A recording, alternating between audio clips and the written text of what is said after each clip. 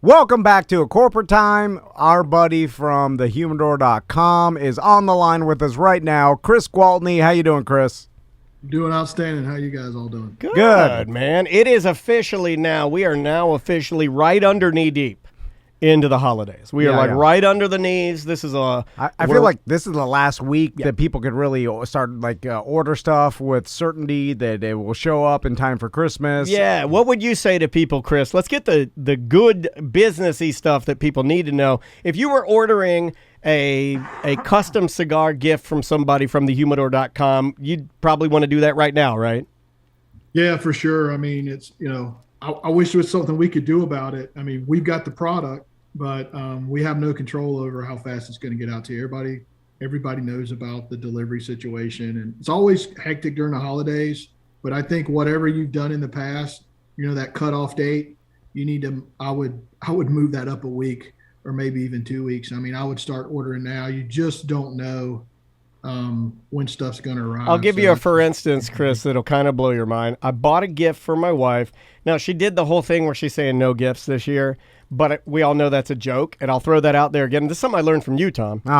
It is a joke. No matter how, my wife is super logical, and she says no gifts, but she still has enough of I guess what attracts her to me inside of her to still get a gift, no matter what. She'll get me a gift. It's a trap. So I ordered her a gift. I ordered it in July. It came in yesterday. It was supposed to have been 2 weeks, regular 2 week shipping. Just they didn't have it. They couldn't get it. Like her iPad, it flaked out. She sent it to Apple. Normally they'll one night you. They'll oh, here's a new one. They don't have it. They don't have it. There's random things that are not coming in time and problems, but then there's other stuff that you get fined. Exactly. So it's all over the place. So word of the wise is just get there now. Yeah. For sure. Yeah. I mean, like I said, we've got plenty of cigars right now. We just don't. I can't control the delivery mechanism. The folks will come pick it up.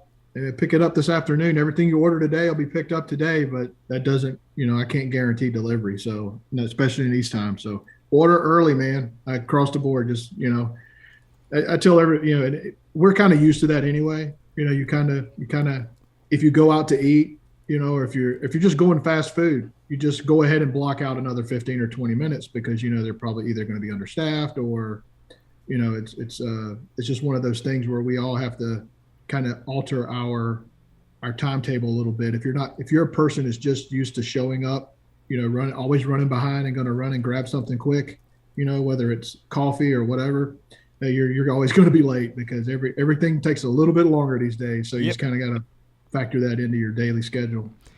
Chris, what's the duration of time the average person smokes an entire cigar? I know that's an odd question, but just no, I've never thought of that. Does it take 20 minutes? Does it take, over half an hour? I don't know. I'm a fast smoker. I can get through. Or 10 minutes? Now, I can only go on what I did with cigarettes, but I could smoke one cigarette in about 32 seconds. Yeah. Fast. I feel like a cigar takes a while, but that may just be perception. I think it would be quite insulting to smoke a cigar fast, right? Oh, absolutely. I mean, first of all, the whole point of smoking a cigar is relaxing. So if you just want to relax for 5 minutes, I mean, to me, relaxation, you want to drag it out, right? So it really depends on the size of the cigar. We've talked about the ring gauge or the diameter. The bigger the diameter of the cigar, the bigger the diameter, the longer it takes. Tom says it's not the ring gauge. It's the motion in the humidor. That's what he says. So the diameter, I stayed away from the G word. I knew if I said girth, you guys. Yeah, girth. Well, they call me Tuna Can Dan. So, but that's really it. I'd say probably the average, probably the average size cigar, probably one of the most common sizes or most popular sizes is a Toro. And, I'm saying an hour, most people are going to smoke that cigar in 45 minutes to an hour. But it just depends. If you're taking your time with it, you can huff one down really quick. But it can also it gets really hot. If you smoke a cigar too fast, it gets hot. It gets a little bit bitter. So you definitely want to take your time when you're smoking a cigar. That's the whole point. Don't rush it. If you just want to have a quick cigar, then we always say smoke every major cigar manufacturer in almost all their lines. They all make cigarillos, which they make from the scraps of the larger cigars, right? The little pieces that are left over, they make those into little, mostly machine-made cigarillos, and it's the same quality tobacco. It's just a quick smoke. So if you're into smoking one, you just want to get a cigar in, and you're in one of those cold climates, and you don't want to freeze to death while you're outside enjoying a cigar, then smoke a cigarillo if you just want to get one in. But yeah, don't. You're wasting a cigar when you smoke it fast. It kind of defeats. It's interesting to me that if it burns too hot or if it burns too fast, that it can get bitter. That's kind of like garlic.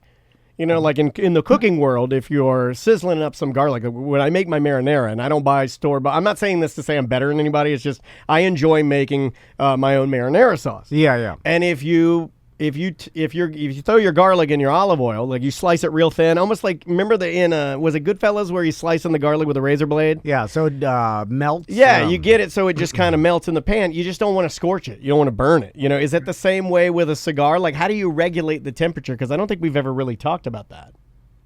Well, I mean, the best way, there's a couple different ways. If you're somebody that smokes fast, and you just can't help it, you can't change your habit. You're just going to take a lot more puffs more frequently than the average person. Then I would strongly suggest getting a thicker ring gauge cigar. And I think we may have talked about this in the past, but that's one reason why I think some of the big cigars are very popular, outside of the fact that they're just perceived value, the bigger the better. But I do think that a lot of smokers smoke fast, and I think they don't take their time. We're in a fast society.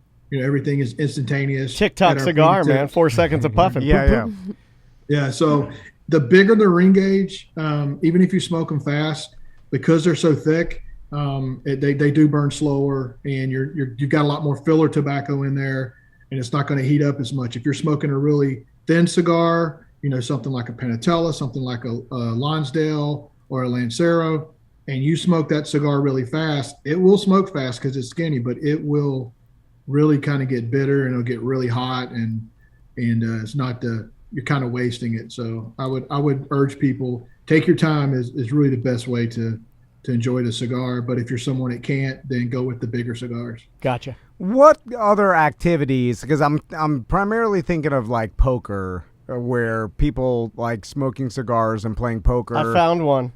Okay, what? You and I are on the same. We're lining up today. You and I.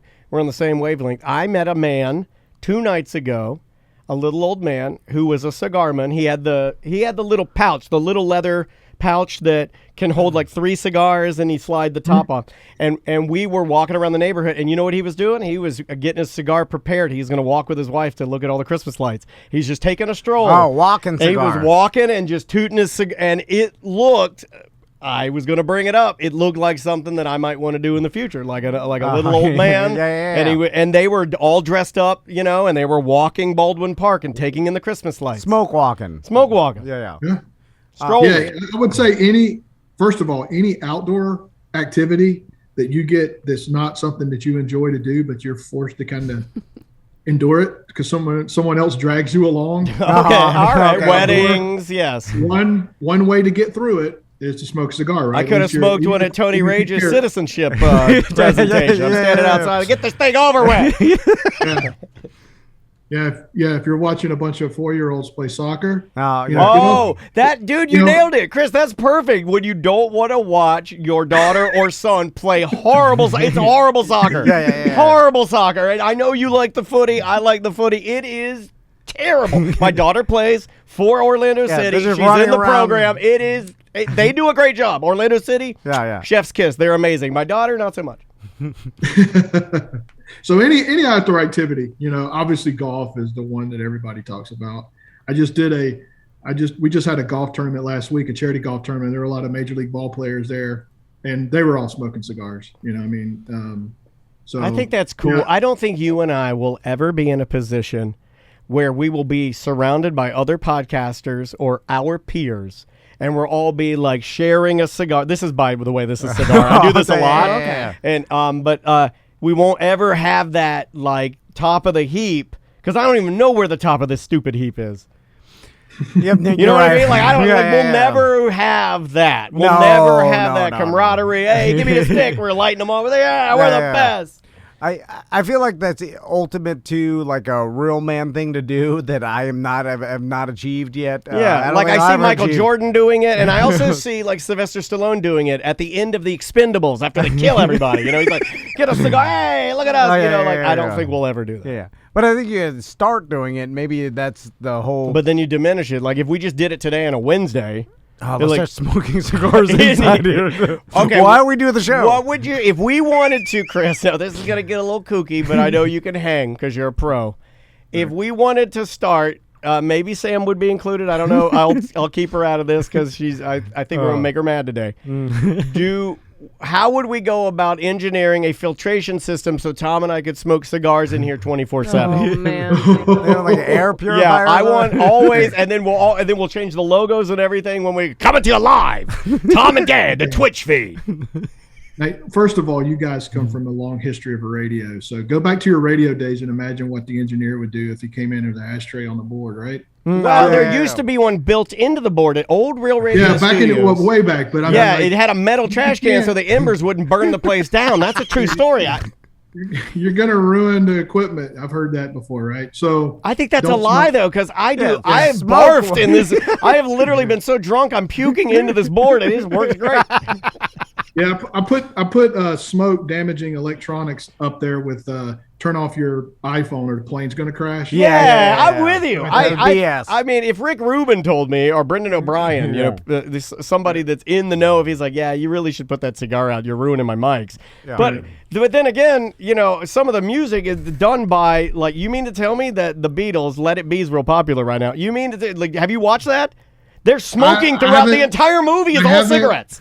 I haven't watched it completely, but it looks like a documentary on smoking cigarettes. Yes, it is. It might as well be called British Cigarettes, the documentary. Yeah.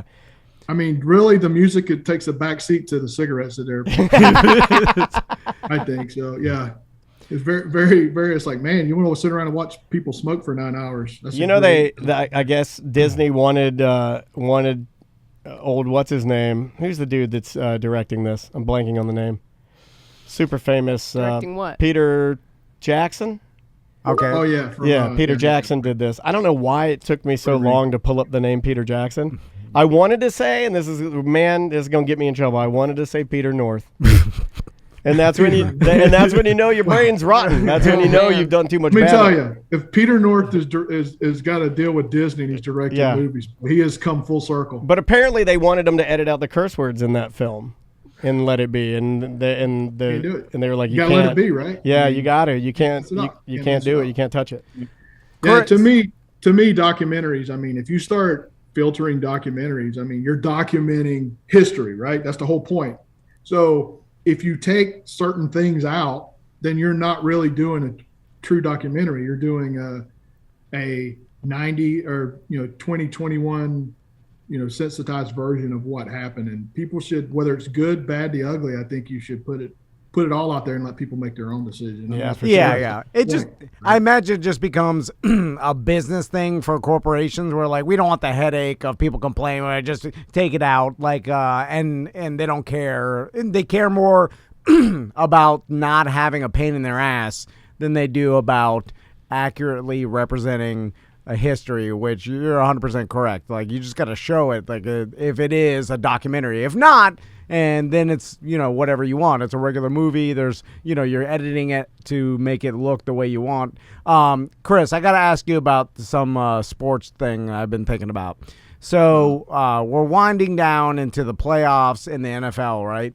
And the way things are shaping up, I cannot believe that there's even a possibility, and right now it is a stronger possibility than not, that we're looking at maybe we could see the Patriots and Bucks play in a Super Bowl, which obviously there's an insane amount more time and games and playoffs to, that it probably won't shape out that way. But right now, looking at it, you're like, well, there's a probability it could, right? Because you got a strong NFC Tampa Bay Buccaneers. Now they're in a stronger division. Tougher division. Yeah. But then you're looking at New England Patriots team that has gotten some luck through weather and some other things. End of their season is completely doable. But as far as like what would benefit the NFL the most would be the storyline of Brady versus Belichick in a Super Bowl. I can't imagine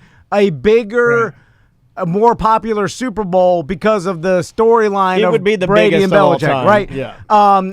And obviously, because also Brady's established, so I think there's even more on the line of a new legacy in Tampa, because he's red hot right now. Of course, and how much longer can it go on? And then, that's what we've been saying about Brady forever, but it has an ending. It will stop. But I kind of want something wacky to happen. Like, I kind of want him to be like, injury. I have figured out how I can work. I'm serious. No, Follow me with it. Yeah. I want Brady to, like, have a press conference, like, in 2 years and be like, I figured out a way.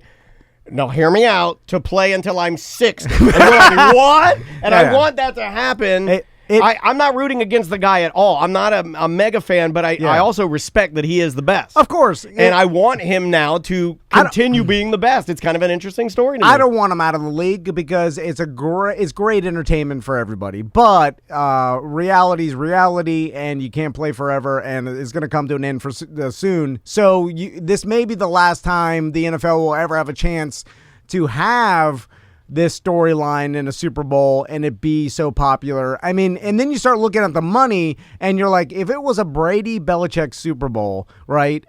New England Patriots versus the Tampa Bay Buccaneers, and it would be so popular that what are we like? Put a monetary amount to that. I can't. It's hundreds of millions. Extra dollars worth of like revenue and advertising, and because it would be such a viewed sporting event. Anyway, what I'm saying, Chris, is all that tells me that there's a lot of like money on the line, that if this happened, it would be beneficial for so many people. Like, I don't believe in conspiracy, or like, I don't think anybody's. I know where you're going. Are you thinking that maybe some rigged, some untimely bad calls and flags go up against Kansas City, maybe against Green Bay if the Bucs are playing them? Yeah. First of all, I do think that New England's going to need some help. Now, I will say this: they kind of remind me a little bit of that Pittsburgh Steelers team when Ben Roethlisberger came into the league. Really good defense. If you look at what the Patriots did in the offseason, I mean, they went crazy in free agency, signing players. They got a really good defense. I mean, amazing defense. They've got, they do a good job of protecting the rookie quarterback. And they have, if anybody, had any doubts, that the best coach in the NFL, right? So if you look at that game Monday night, the Patriots look like a team from the 1940s. The way the game plan, the way they didn't throw the ball and they ran it. And that's just Belichick. I mean, he's going to do whatever he needs to do to win. But I do think, with Kansas City heating up the way they are, if it's some things are going to have to fall their way, maybe some teams that are expected to win, lose. And then I think if the Patriots can get that championship to go through New England, man, Gillette's a tough place to win in the playoffs when the wind is blowing. And, unfortunately, the quarterback that's really good playing there is in the NFC, so he won't have to go there, and that would be Brady, right? Right. So I do think – but I'm with you, man. That would be absolutely amazing. Maybe it could be like a death match. The loser has to retire. Like either whoever loses the game, if the Patriots lose, Belichick has to hang it up. If Belichick wins the game and Brady has to retire, it's so amazingly WrestleMania to think that could happen. That would be so fun. Because it's still entertainment at the end of the day. So it's like, the refs have subjectivity with certain things now, with taunting and roughing the passer is all subjective, and like certain things that now, I mean. it wouldn't shock me if in 20 years, if this happened and we see a Brady Belichick Super Bowl, and then we found out that the league had told the referees to maybe, start doing something or It's like a pilot hole or something. You start having a little influence on things, like, I don't know, they own everything. It's entertainment at the end of the day. Giving them a head start. And you make certain calls and, one call could change I don't know.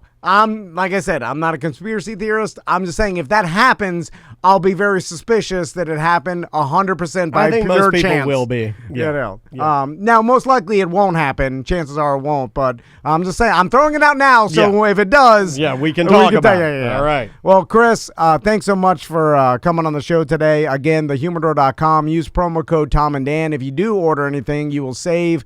I believe it's 20% off. Yep. And you'll get that at checkout. So, Chris, I appreciate it. We'll talk to you next year, which is crazy to say. I can't believe 2021 is over. But have a great holiday. Have a great New Year's, and we'll talk to you soon, all right?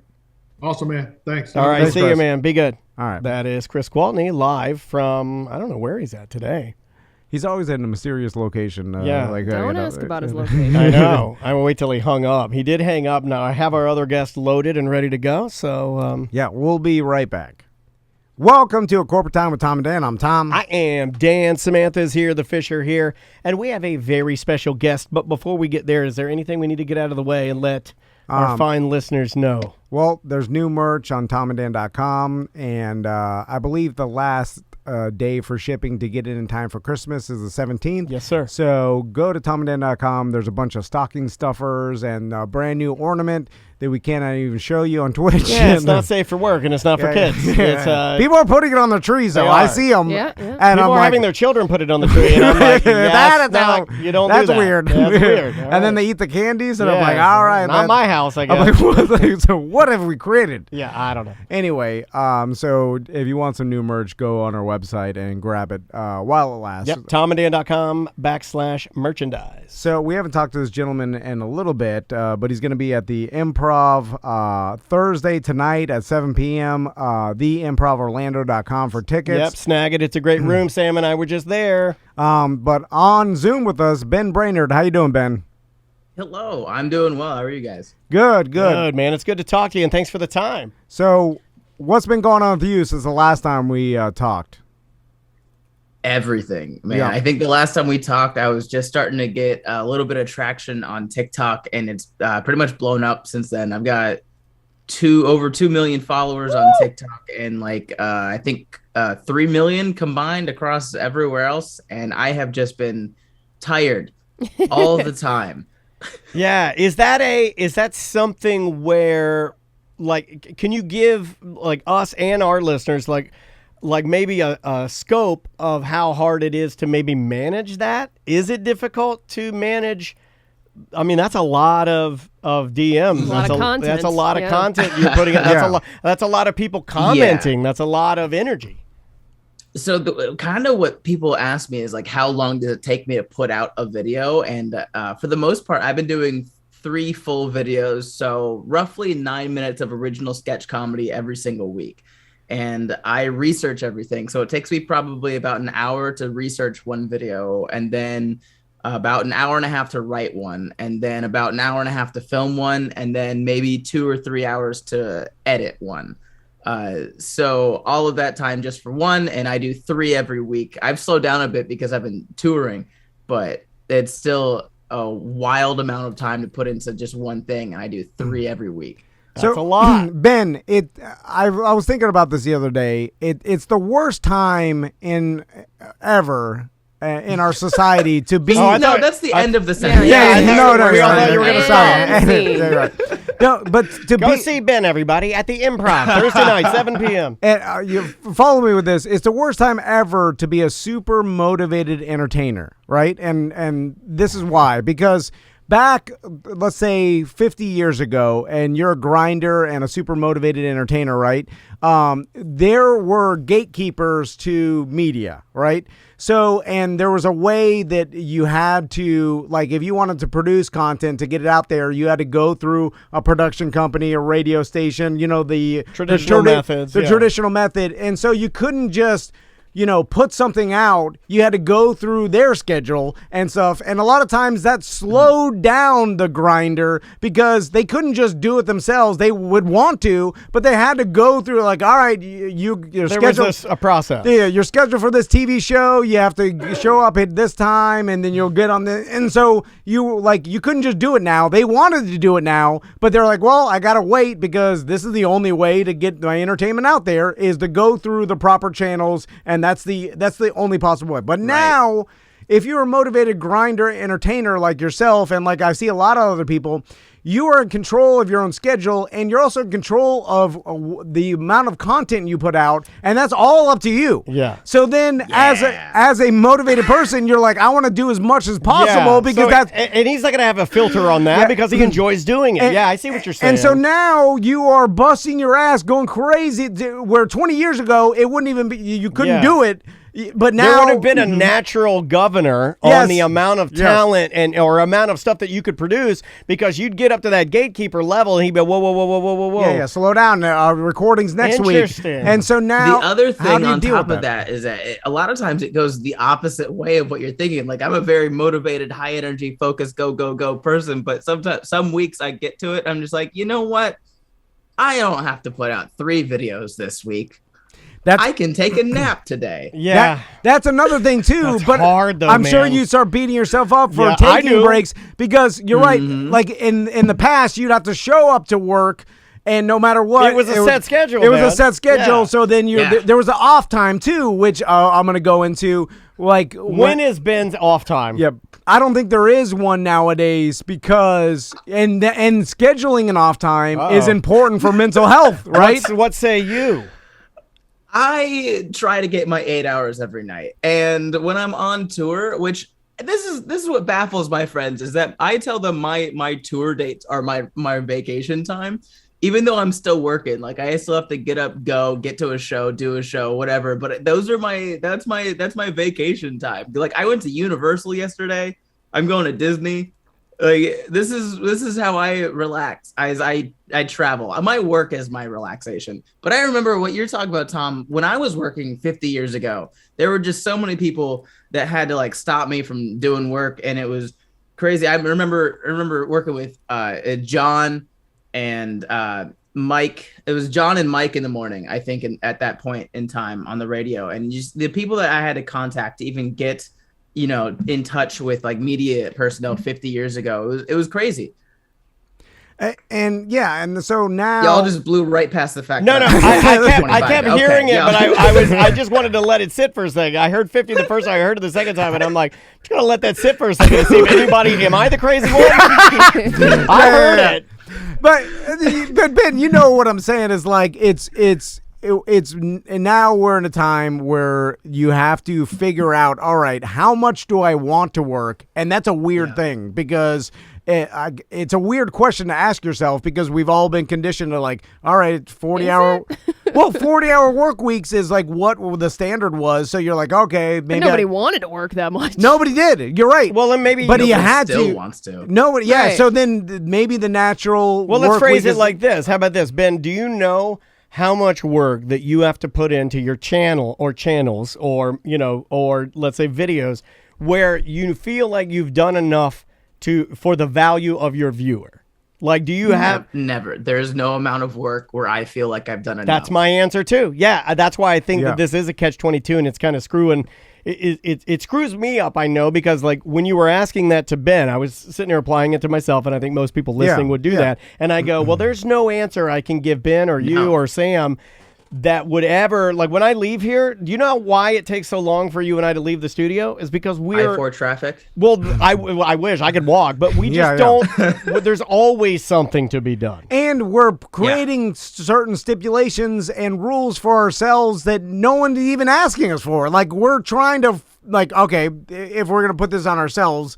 Like, we have like a 2-week break we're taking off at the end of the year. We always do it. We need it and to reset or whatever. But I don't need it. During the break, we want to put out new content. So we're busting our ass to try to get this new content out. Because we don't want to do like, remember radio, they do best of, which is, it's never best of. It's just shows we found. But no one's even asking for it. Our listeners would understand, be like, take a break, we're fine. You put out so much, and then we're like, no, we have to do it. And like, who's saying we have to do it? We're saying it. It's us. Isn't it weird when the followers and the fans are nicer to you than you are to you? Boom. Yes. Yeah. Hey, wiser thing has never been said on the show. You're correct. Our listeners will come to me and be like, hey, buddy, it's okay. And I'm beating myself to death. That's a mental illness. Sometimes I'll post, I'll be like, hey, guys, sorry, I didn't get that third video done this week. Only 2. And everyone will be like, yo, that's like 2 more than any of us even asked for. You're fine. Go to sleep. Like, why are you awake right now? Why are you talking to us? Get off the internet. Go take a nap, or I'm coming to your house and I'm burning it down. Yeah, there you go. And so, but how do you deal with that, Ben? Because I'm sure you could drive yourself crazy. I've gotten to the mode where I've thought to myself, well, to be successful, all you have to do is grind and work as hard as possible for as much time as you're awake, and it'll be better, right? Is logic. But by doing that, it burns you out, and then it's counterintuitive to your goal, and then you're like, oh, well, I have to put in some sort of relaxation time or some personal time because this doesn't work. You need some self-care. Which is counterintuitive to the logic of work as hard as possible. That's the only way to succeed. Yeah, it's a weird thing. I think it comes down to scheduling. If you get yourself on a good like weekly schedule of like, this is what I have to do every week to be sustained in my work, and then you can actually just schedule vacation time. But even then, sometimes I'm just like, I am wasting time on vacation right now. I could be making jokes on the internet about some guy named Flappy on the street corner, and I'm not. Flappy is just gonna go without any jokes on the internet because I decided I need a break. What kind of selfish internet person have I become that I need a break? That's kind of how we feel. Yeah, I mean, like this job isn't hard. There's people that work 40 hours a week putting on roofs. They don't take a break. They can't. So it's like, what am I? Like, a break for a lot of people is just not having a job, right? Like, I know those people that, they're working constantly to keep their family afloat. So the other thing is, though, you said this job isn't hard. It's not hard to you guys because you enjoy it and you've been doing it for so long. But if you took one of those roofers and you put him in a studio and you're like, hey, man, just figure this out. You got to put out a show every day for a week. He'd be like, no. Yeah. That's dumb. I'd rather be on a roof. So people will look outside looking in on stuff that we do and be like, that's easy. Why are they tired? Before they get into it and they go, oh, this guy was doing more work than us. Yeah. Also, like mental work or heavy mental work is not really looked at as hard work. Yeah, it's not looked at as being as difficult. Well, it is at some point. Like, if you get to brain surgeon, if that guy comes in, he's just covered in blood, and he walks out, he's like, I'm very tired. You're like, oh, of course you are. You're a brain surgeon. But, like, normal, like, if you're just, like, a good business owner or something, or a sales, good, or a good humorist, or, writer, or anything like that, entertainer, then it's looked upon as, it's just fluff. It doesn't matter. And the other thing I think is people don't understand what the schedule is actually like. They just like, even just in any aspect of entertainment, you look at actors, comedians, literally anybody, and you look at that and be like, oh, well, I see the final product. That looks fun. I bet there was no work that went into this. Right. When in fact, like a movie, everyone has to wake up at like 6 a.m. every day for like a full summer just to work 12 hours a day on set. And yeah, it's just standing around and delivering lines, but like over and over and over again is exhausting. Yeah, it's like see that. You only see. It's weird being an entertainer because the amount of work that everybody sees is only the product on either tape or whatever it is. And so like that's it. So it's like the perception of everybody's like, oh, well, I saw what he worked. And that's it. It was like all the other stuff you never see. So it's like, of course, it gets discounted because you don't see it. You see only what you see. Well, some people can see what we do. Like right now, like in between breaks for what we do, if you were on our Twitch stream, you would see us like working things out, putting things certain places. Is that what you mean? Like you can see like the behind the scenes, I guess, aspect of what we do and how we organize things. Yeah, but that's only that's only part. Yeah, of but it, little Yeah, part but of it. I know, but I'm just saying it's the tiniest part. Yeah. So Ben, so you have your own media, and you have your own audience, and there's millions of them, right? So that's a lot of power. Now, and a lot of different influencers have this, audience that now they've been able to monetize through the same way our business works. It's like you have advertising, you have subscriptions, you have supporter donations, you have merch and things like that, and everybody does it differently. Or you can tour now, like touring, at the Improv. you sell tickets. Yeah, selling exactly. tickets, you can go see them, buy some merch at the show, take in the show. Which also probably for you helps you interact with your audience a lot more in a personal level, which absolutely. Other than like the improv, that's a big deal. So that builds and strengthens your core and your followers and everything. So is that the plan? Is kind of like, all right, you got this audience through advertising, subscriptions, touring, merchandise, same way that everybody traditionally has made money. You just do it yourself. You're running your own business. It's your own media company. Yeah. So, I mean, there's that way, of course, of just like I'm monetized on YouTube and Facebook. So as long as I post videos or whatever, they'll put ads in the middle of my videos. I'll get money. I have a Patreon people can subscribe to. I sell stickers at a lot of my shows, and they're all just based off of the state characters that I play. But every Friday from 3 p.m. to 6 p.m., I actually just go stand on a street corner and I ask people for money. I go, "Hi, I'm a child. I'm very poor. Can you also help me out?" And most people are like, "Oh, a child, yeah," and they hand me some money because I'm very small, so people just assume I'm 12. Me too. And I need help. I'm hairier, so a lot of people are like, "You're not a child." Yeah, this was all No Shave November. This was the full month right here. You do look so young, my God. What's been the most surprising thing you found out since you started touring and meeting your audience that you've had for a long time? But I mean, like the interaction, I'm sure is like, besides from doing live events or these live shows, you never really get to meet them personally. Okay, this is going to sound weird, and I know that, but I'm going to say it anyway. They're all very nice. And I don't mean that like I'm trying to blow smoke up anybody's behind or anything, but just like I have a following that's based off of people from the internet, like 3 million people from the internet.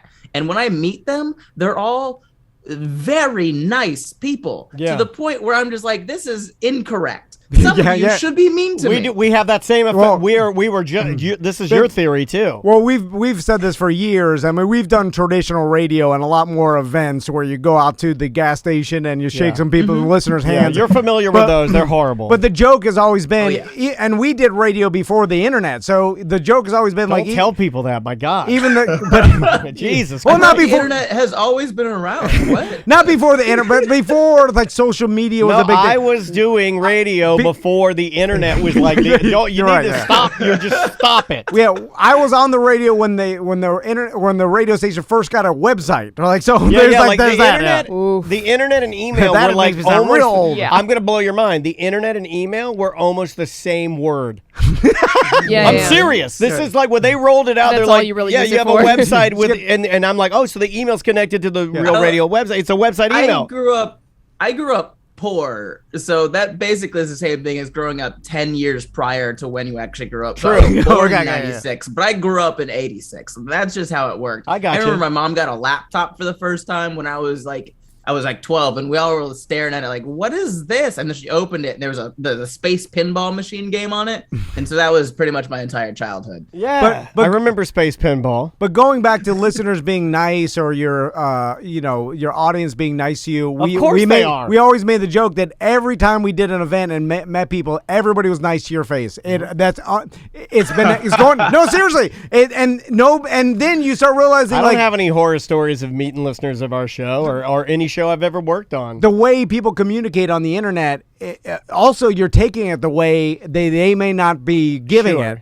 So you're taking it emotionally too. So that doesn't help. Like I got an email from a listener that was joking around, and I took it the wrong way. Like that happens. It was just unbridled. You know, like they're just barfing words out there, and it's up to you to kind of fill in the blank. From 20 years of doing this thing and meeting listeners, everybody has always been nice. You know what I'm saying? Like I think that's a universal. Like no one's ever a D-head to your face, and I don't think they. And even the ones, because I've told some stories on here, Ben, before of like people saying insulting things or maybe being, not cool to me. But I will tell you that those normally have one other thing in common, and that would typically be drugs or alcohol.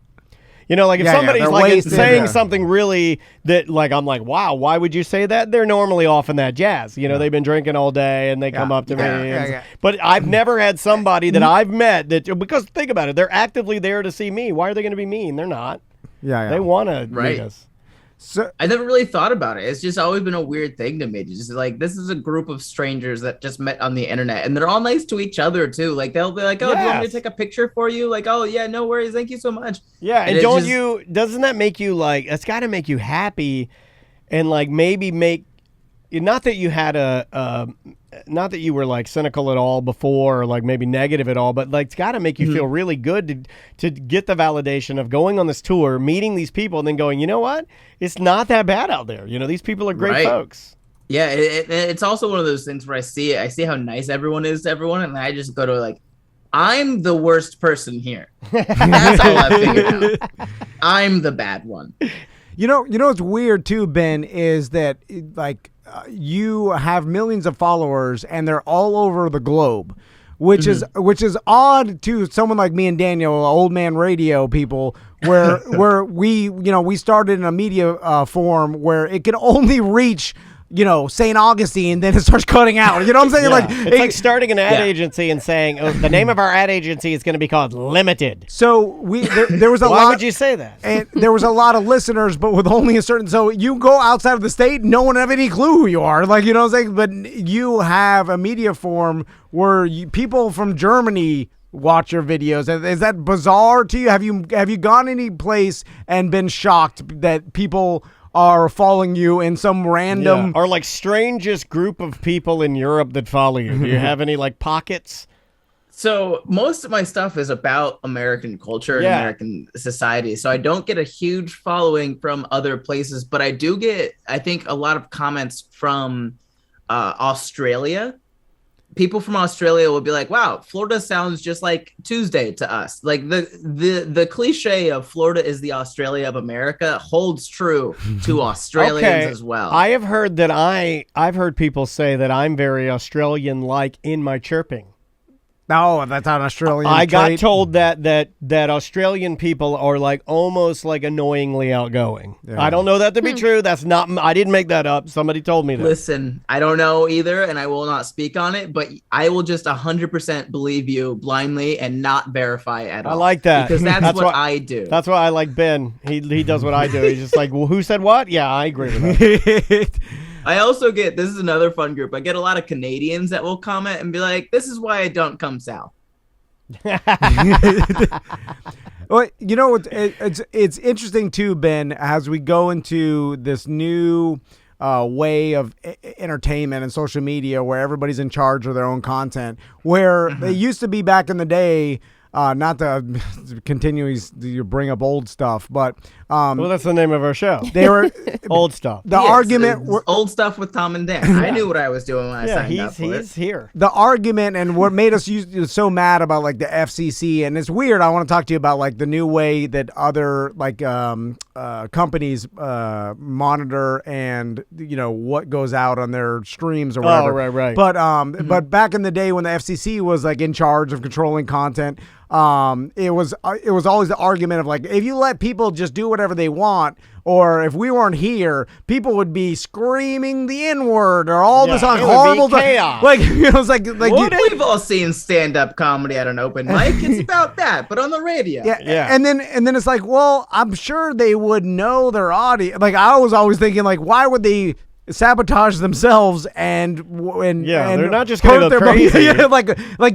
like even like cable channels, the FCC doesn't regulate them, and the Disney Channel they regulate themselves because they love money. I don't understand why that is such a weird concept. There was a sweet spot, Ben, where all broadcasting companies for radio and TV, they thought that for some reason, if no one was there of like the government to make sure that you're like in check, that you would, I guess, much like a person that's on a bridge and then jerking the wheel to the right and going off the bridge, that you would just start ripping your clothes off and screaming and like defecating everywhere. And without anything in place, you would just lose your mind and not be able to broadcast nothing but obscenities. So basically, you've learned like what your standards and practices are for your own channel and like what you want to say, and you regulate yourself because that's the most logical thing to do, what any human would do. Have you ever had to pull any of your stuff down because maybe it was misunderstood or you misspoke or anybody was getting at you?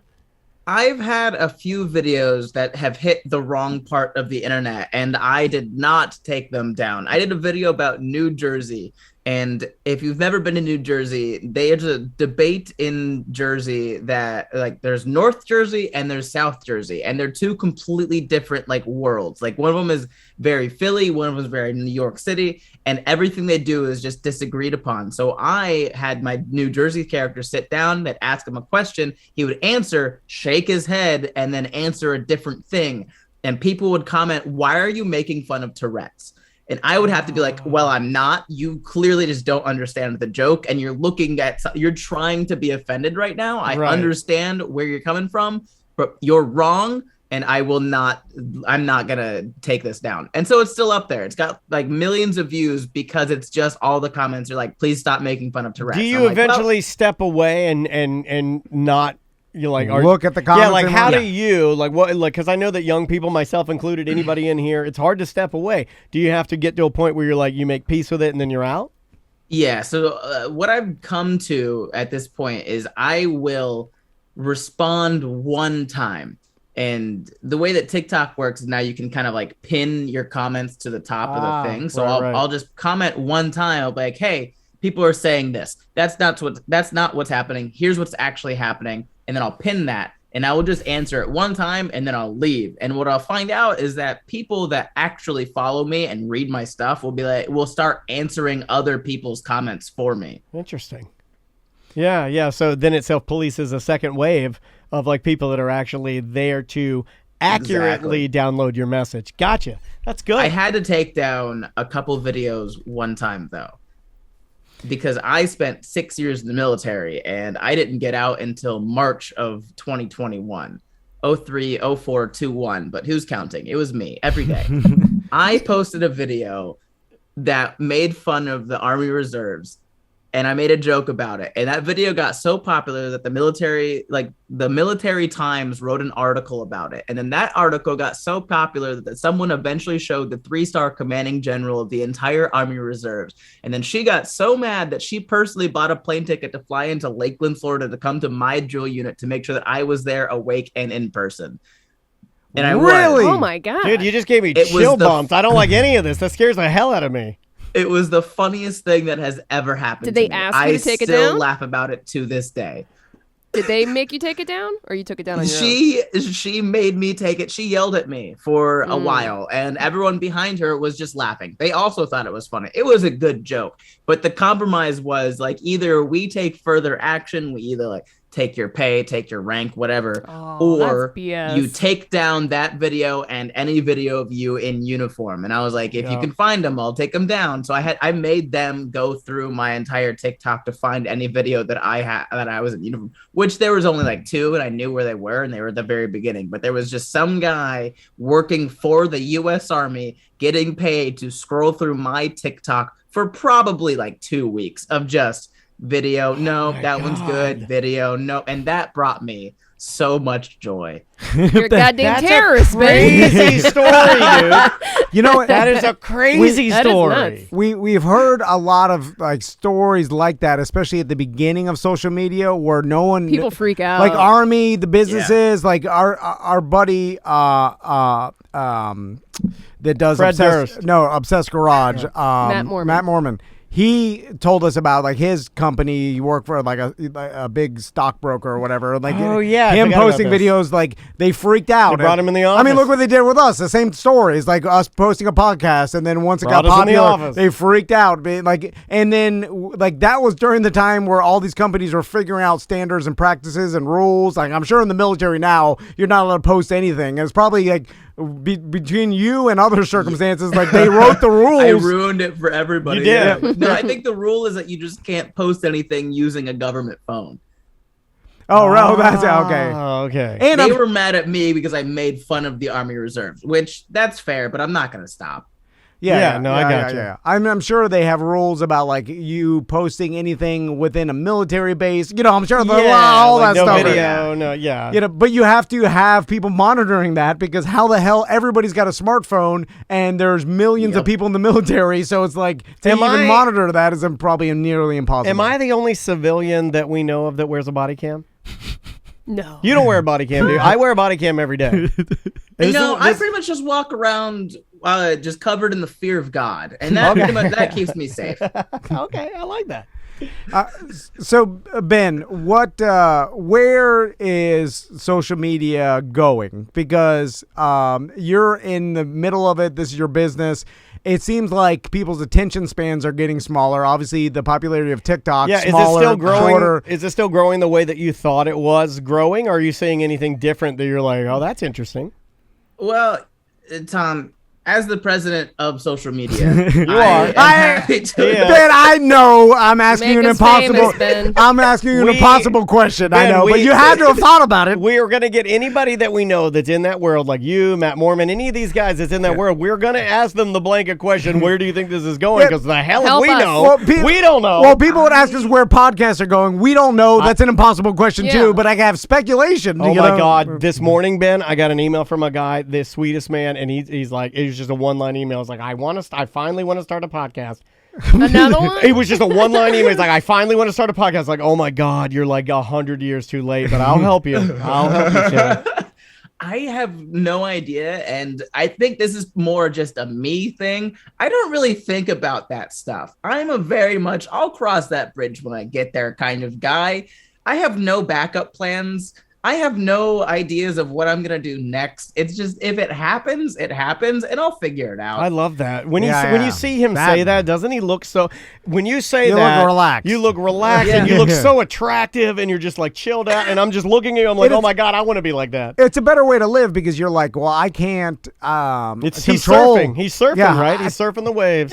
I can't control what's going to happen. I can't influence what's going to happen. All I could do is what I could do now, and then I'm going to write some good skits. I'm going to put them out there. Yeah. I have to do interviews with like agents and management companies sometimes, and they always ask the question, like, what do you want to do? Like, what is the goal here? Like, where are you going next? And I always have to make up an answer because I don't have one. I'm just like, I don't know, man. Like, I have not said no to an opportunity in like 16 years. And you want me to there's no direction. It's just, you're going to offer me a thing and I'm going to say yes. And then it's going to work out, you know. As the agent, I don't want you to cage yourself in with me. If it looks like a thing where people will pay me money and I'll enjoy it, absolutely I'll do it. Yeah. Ben, last question, and and this is going to be like a business question, but I'm curious because I deal with it too. It's ED. Do you get? He's too young for that. Do you? It's attacking younger and younger now because of stress and because of these cell phones is zapping your sperms. It's like 40% of men under the age of 30. It happens. Not saying that's happened to me. I'm just like solidarity with my brothers. No, it happens to me. I'll be that guy. It's me. In the marketing aspect of this business, and I'm talking about your business and our business and small media or independent media. It feels like the marketing money hasn't had the same ratio it should have in a world where, like, let's say, you're talking like Super Bowl to podcast or Super Bowl to influencer, like the money that's being spent by like Coca-Cola, but like local media and radio and stuff, and like let's just say a local news station in Kansas City, right? Like a company will pay, let's say $2,500 for a 30-second ad that gets played on a local Kansas City morning news that'll have, let's say, 7,800 people watch it, right? And then that's during the break, right? And it gets lost in 5 minutes of commercials, right? But that's like $2,400 or whatever. Yeah. All I'm saying is, like, to reach a potential 7,400 people, which they have no whatsoever proof that is even actually, it's all based on Arbitron. Projection. Projection, BS ratings. So, like, maybe it's way less. I would assume that it's probably like half or less than half. There's no way to know. There's no way to know. But it's saying the marketing money, though, still gets there. And it's way more like than like you have millions of people. So if you're talking about that like equation, then they should come to you and pay you $10,000 for a product placement or something like that. It should be like so much more. I understand what you're saying. So but people, these businesses, these corporations will lowball quote unquote influencers because they know most of us are just kids that have never had to deal with this before. We'll accept the low ball because it's money, you take it, but I've only done one sponsored ad in the almost 2 years that I've been doing this. I've gotten a lot of requests to do them, but I've told them all to go away because they've all been just like terrible offers and I don't care about their money. Like I'm doing well enough on my own to not need sponsorship money. So I am brutally honest to these companies. I had Hinge, the dating app, offered me $700 to do everything. I write, film, edit, and post on my own thing in support of Hinge. And I said, I'll do it for $25,000. They came back and said, we can offer you $1,300. And I said, that's insulting. Never contact me again. I want to write that one day, but I want to write it to my wife. It is insulting because you're like, I live in the same world where if you went to the local Kansas City morning news and asked for this, they charge you $2,500. It's happening right in our town. For a 30-second spot that you'd have to produce themselves and just like, hey, pay us $2,500. I mean, these are real world numbers, Ben. That's insane, dude. $700. They wanted you to do the soup to nuts, the whole package. But and then put it out to 3 million people. That's not even like, no. Yeah, but that's not even like just not even putting it out. Take social media and throw it in the garbage. Just doing the video, writing, producing, getting all the props, whatever you need, filming, editing, and then polishing it up at the end. That's more work than $700. Yeah, that's insane. And I have to explain it that way to a lot of like younger guys out there, or just people who didn't have any business experience before getting into this. Because I did stand up for years before I did social media, so I kind of had a little bit of that business background. But I have to explain to kids like, how much do you think companies spend on advertising, like to make a commercial? And they're like, oh, lots and lots of money, tens of thousands of dollars. I'm like, great, yes, you're making the commercial by yourself. Charge that company what you think that company would pay for a commercial, because that's what you're doing. But we're conditioned to not do that. We're conditioned to say, and basically, so your answer, where it be correct, they just go to the next bin and try to find it until they find an influencer on down the tier. Now, it's not going to be as good as Ben. We know that. It's not going to be as well thought out. It's not going to be planned. Well produced. Not going to be as well produced. This guy's been doing it for years and years and years and years, has all the reps. But they'll still get it, and it'll be for $700. And they'll get what they paid for. Right. And I'm fine watching that business burn to the ground because they refuse to pay somebody what they're worth. And now they have the worst ad team in U.S. history. Right. They just have the worst people making the worst ads possible. And they're still spending money on it. Yeah, it's pennies on the dollar for these companies, but they're still spending actual like income on just a product that is going to have zero ROI. Yeah, right. I really think, Ben, this goes to every social media influencer, including us, that has an audience. Like, if we just hold our audience and maybe 1 year, 5 years, or whatever, there will be a point where the audience that you have is worth 10 times as much as it is now, because businesses are start realizing, well, I'm going to just advertise and spend the same amount of money or even less money than I would have and reach more people with an individual influencer and do it correctly, and then stop with the local news station or the like local radio station or the billboard or the ad in the newspaper. Companies still do ads in the newspaper, and they're like $1,500. Like, it's insane because it's all based on antiquated and old numbers. It's crazy expensive. But man. I just have a feeling, Ben, that if you hold steady, that in like 5 years' time, you'll be a multimillionaire just because of your audience size. And then people will start paying you $25,000 per commercial. And if I had it, I'd pay you $25,000 to plug our show. I don't have it, but thanks, Dan. I'll take your money. I mean, I can see the value in it though. Like right here, I was sitting there thinking about like how good it would be if I had one of these companies that if I owned, let's say, New Era for sporting hats. Yeah. You're my guy because you cover all the states.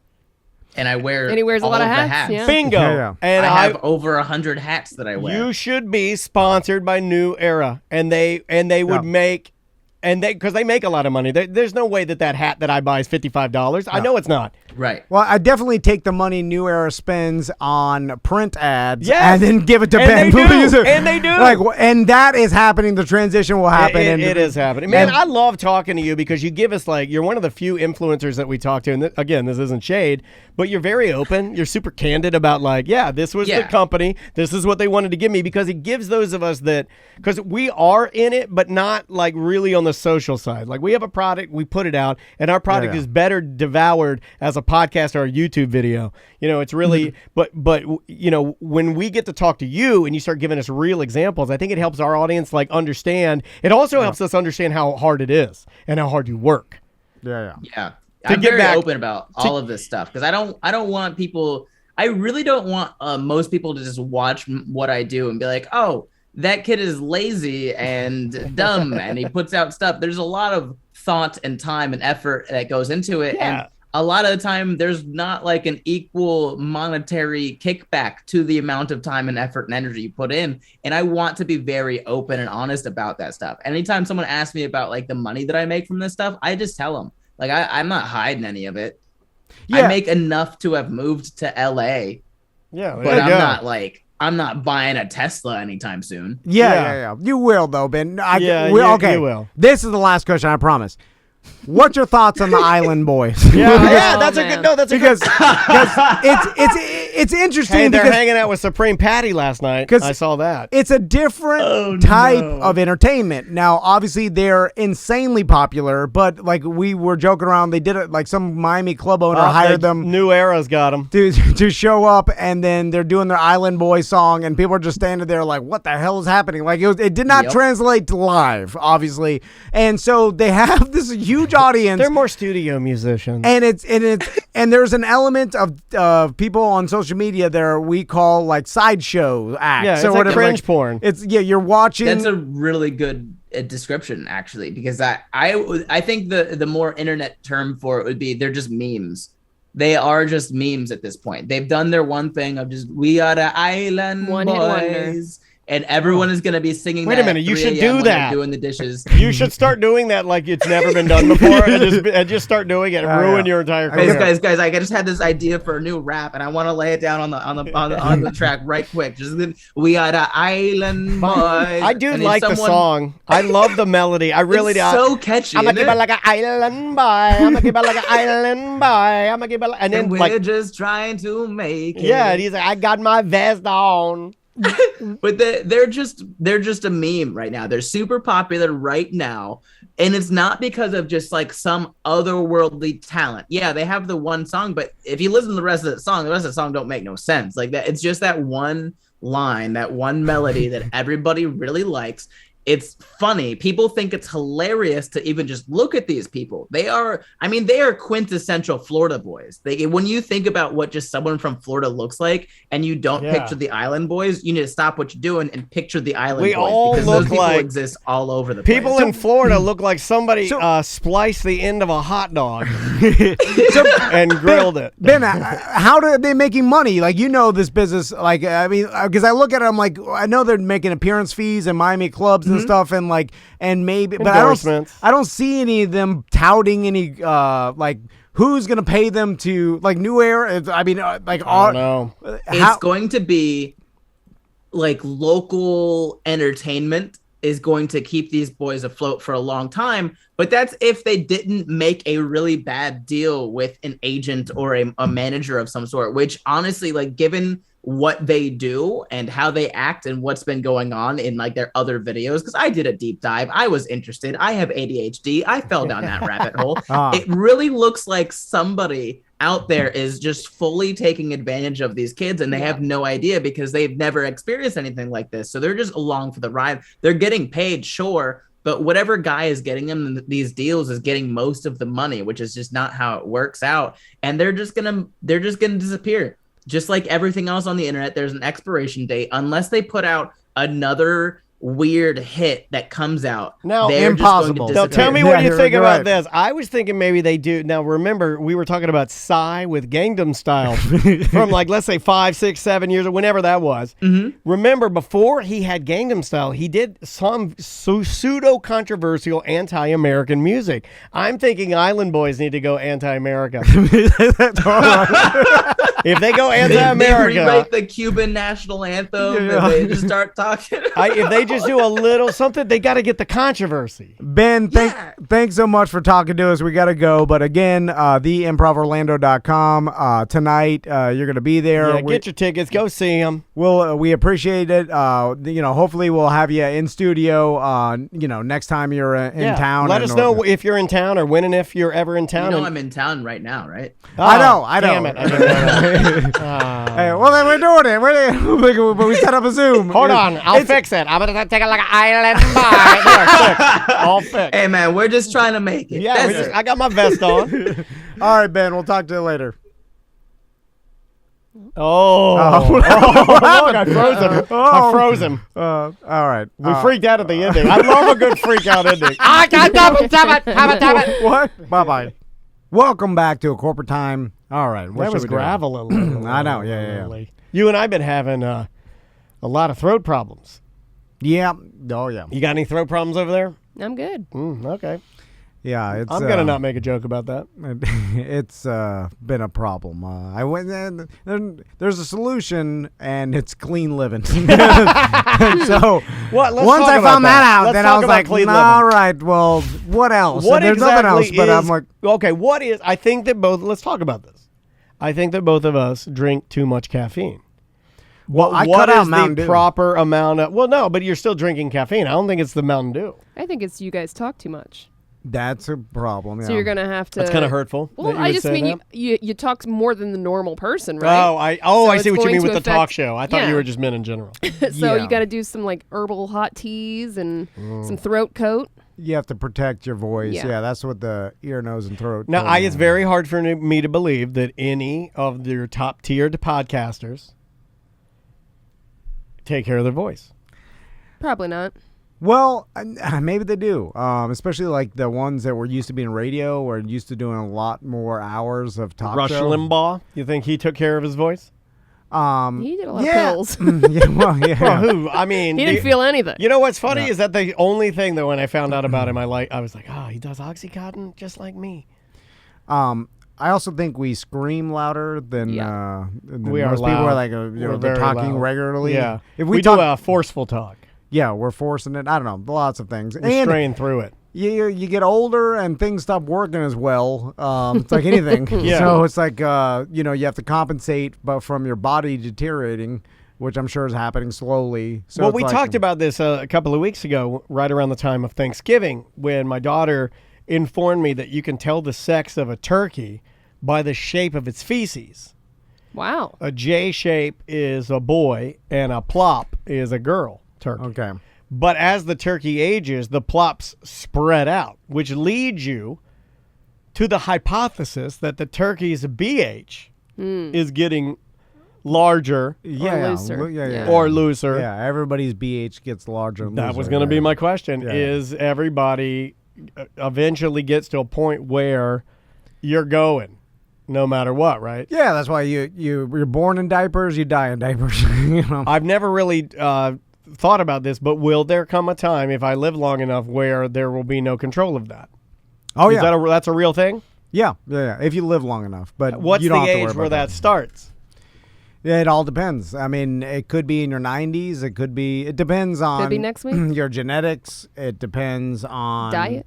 yeah. Like certain things, I'm sure, make things worse. Lots of stipulation. Mainly genetics, though. Can it come in fat? Can you get like, there's pediatric cancer. Can you get pediatric large BH? Again, probably has a lot I wish to do I with knew more your about my genetics. body. Yeah. And how to make it good. Some people's genetics just like their body breaks down faster than on other people. My body's like an Alka-Seltzer. It just starts fizzing away and deteriorating. Yeah. And there's really, I'm guessing in one day in the future, like either before you're born, they'll start tweaking your genetic code so that it doesn't happen, or they take some abnormalities out or fix some stuff before you're born. Or maybe you'll know, like, okay, you'll have a good, you're good up until 70, and that's when you start breaking down. And then another person. I feel like I'm breaking down now. You're good up until 90. It's just everybody's different, right? Yeah. So it's like impossible to know. And then it goes back to the old cliche. We'll just try to enjoy every day, and then it's hard to enjoy every day though when you're rocketing to your death. That's the great conundrum of life. That's right? hard, man. Yeah. You just don't have to think about it. That's where my superpower of bad at life, not thinking about my problems, comes into play, because I have the power to not think about bad things. Yeah, I don't have that power. I'm probably really good suited for cancer or other. Yeah, you are. Yeah. Because if I had it, I would be like, oh my God. And then I'd be like, just don't think about it. And then I'm like, oh, I'm good.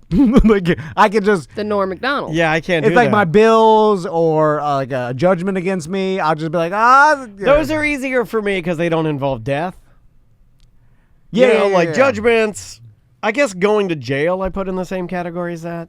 Yeah, but it's like everybody's gonna die. Don't think about it. But I think jail would only be scary until I get there, and then I'd make friends. Well, assimilate. Obviously I'm not going to express my dominance. Yeah, you got to get in there. Let's just say I'll lift a few weights there. Do some things, do a few favors for people. And, Yeah, you know what I mean. I'll be doing things for folks, helping them out and whatnot. Yeah. And the next thing you know, I'll be protected. Yep.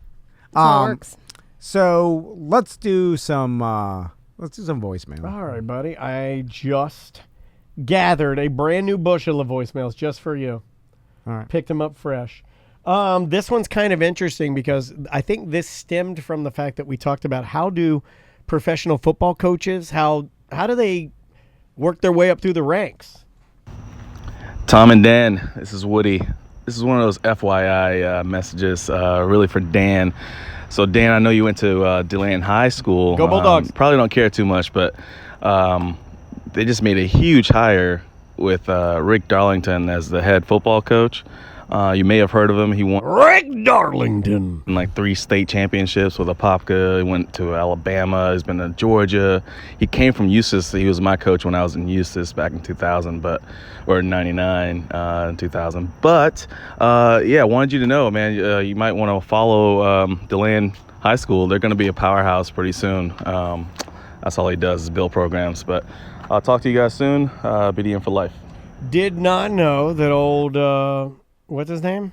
Rick Henderson? I forget the guy's name. Whatever it was. That guy builds programs. I didn't know that there were guys that would go around and build up high school programs.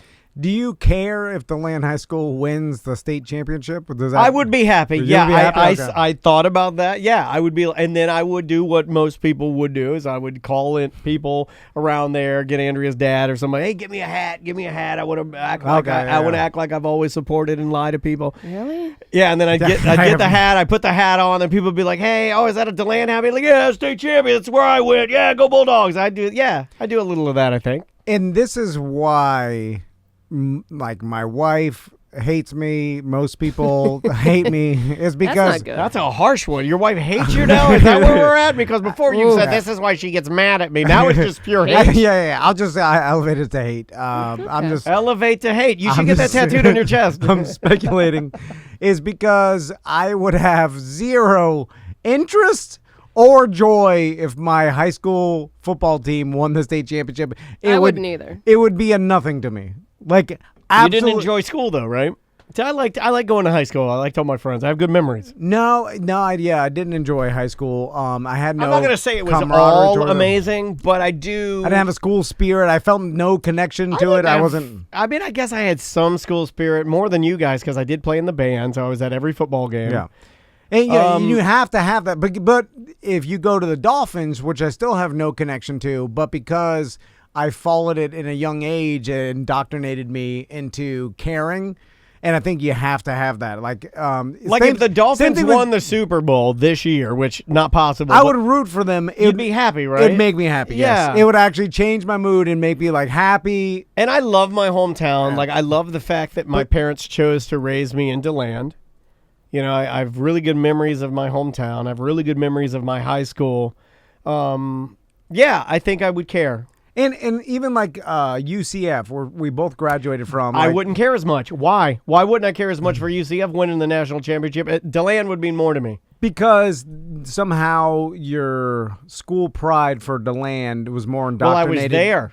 Into you, yeah. I wasn't doing it online. Like all my I graduated from UCF, 7 years ago? Online. I went back and finished my degree. Yeah.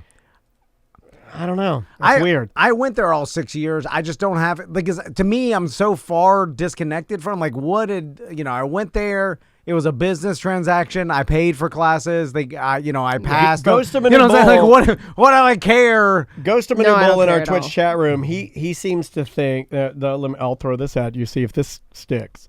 He says, I think the difference here is the size of the school.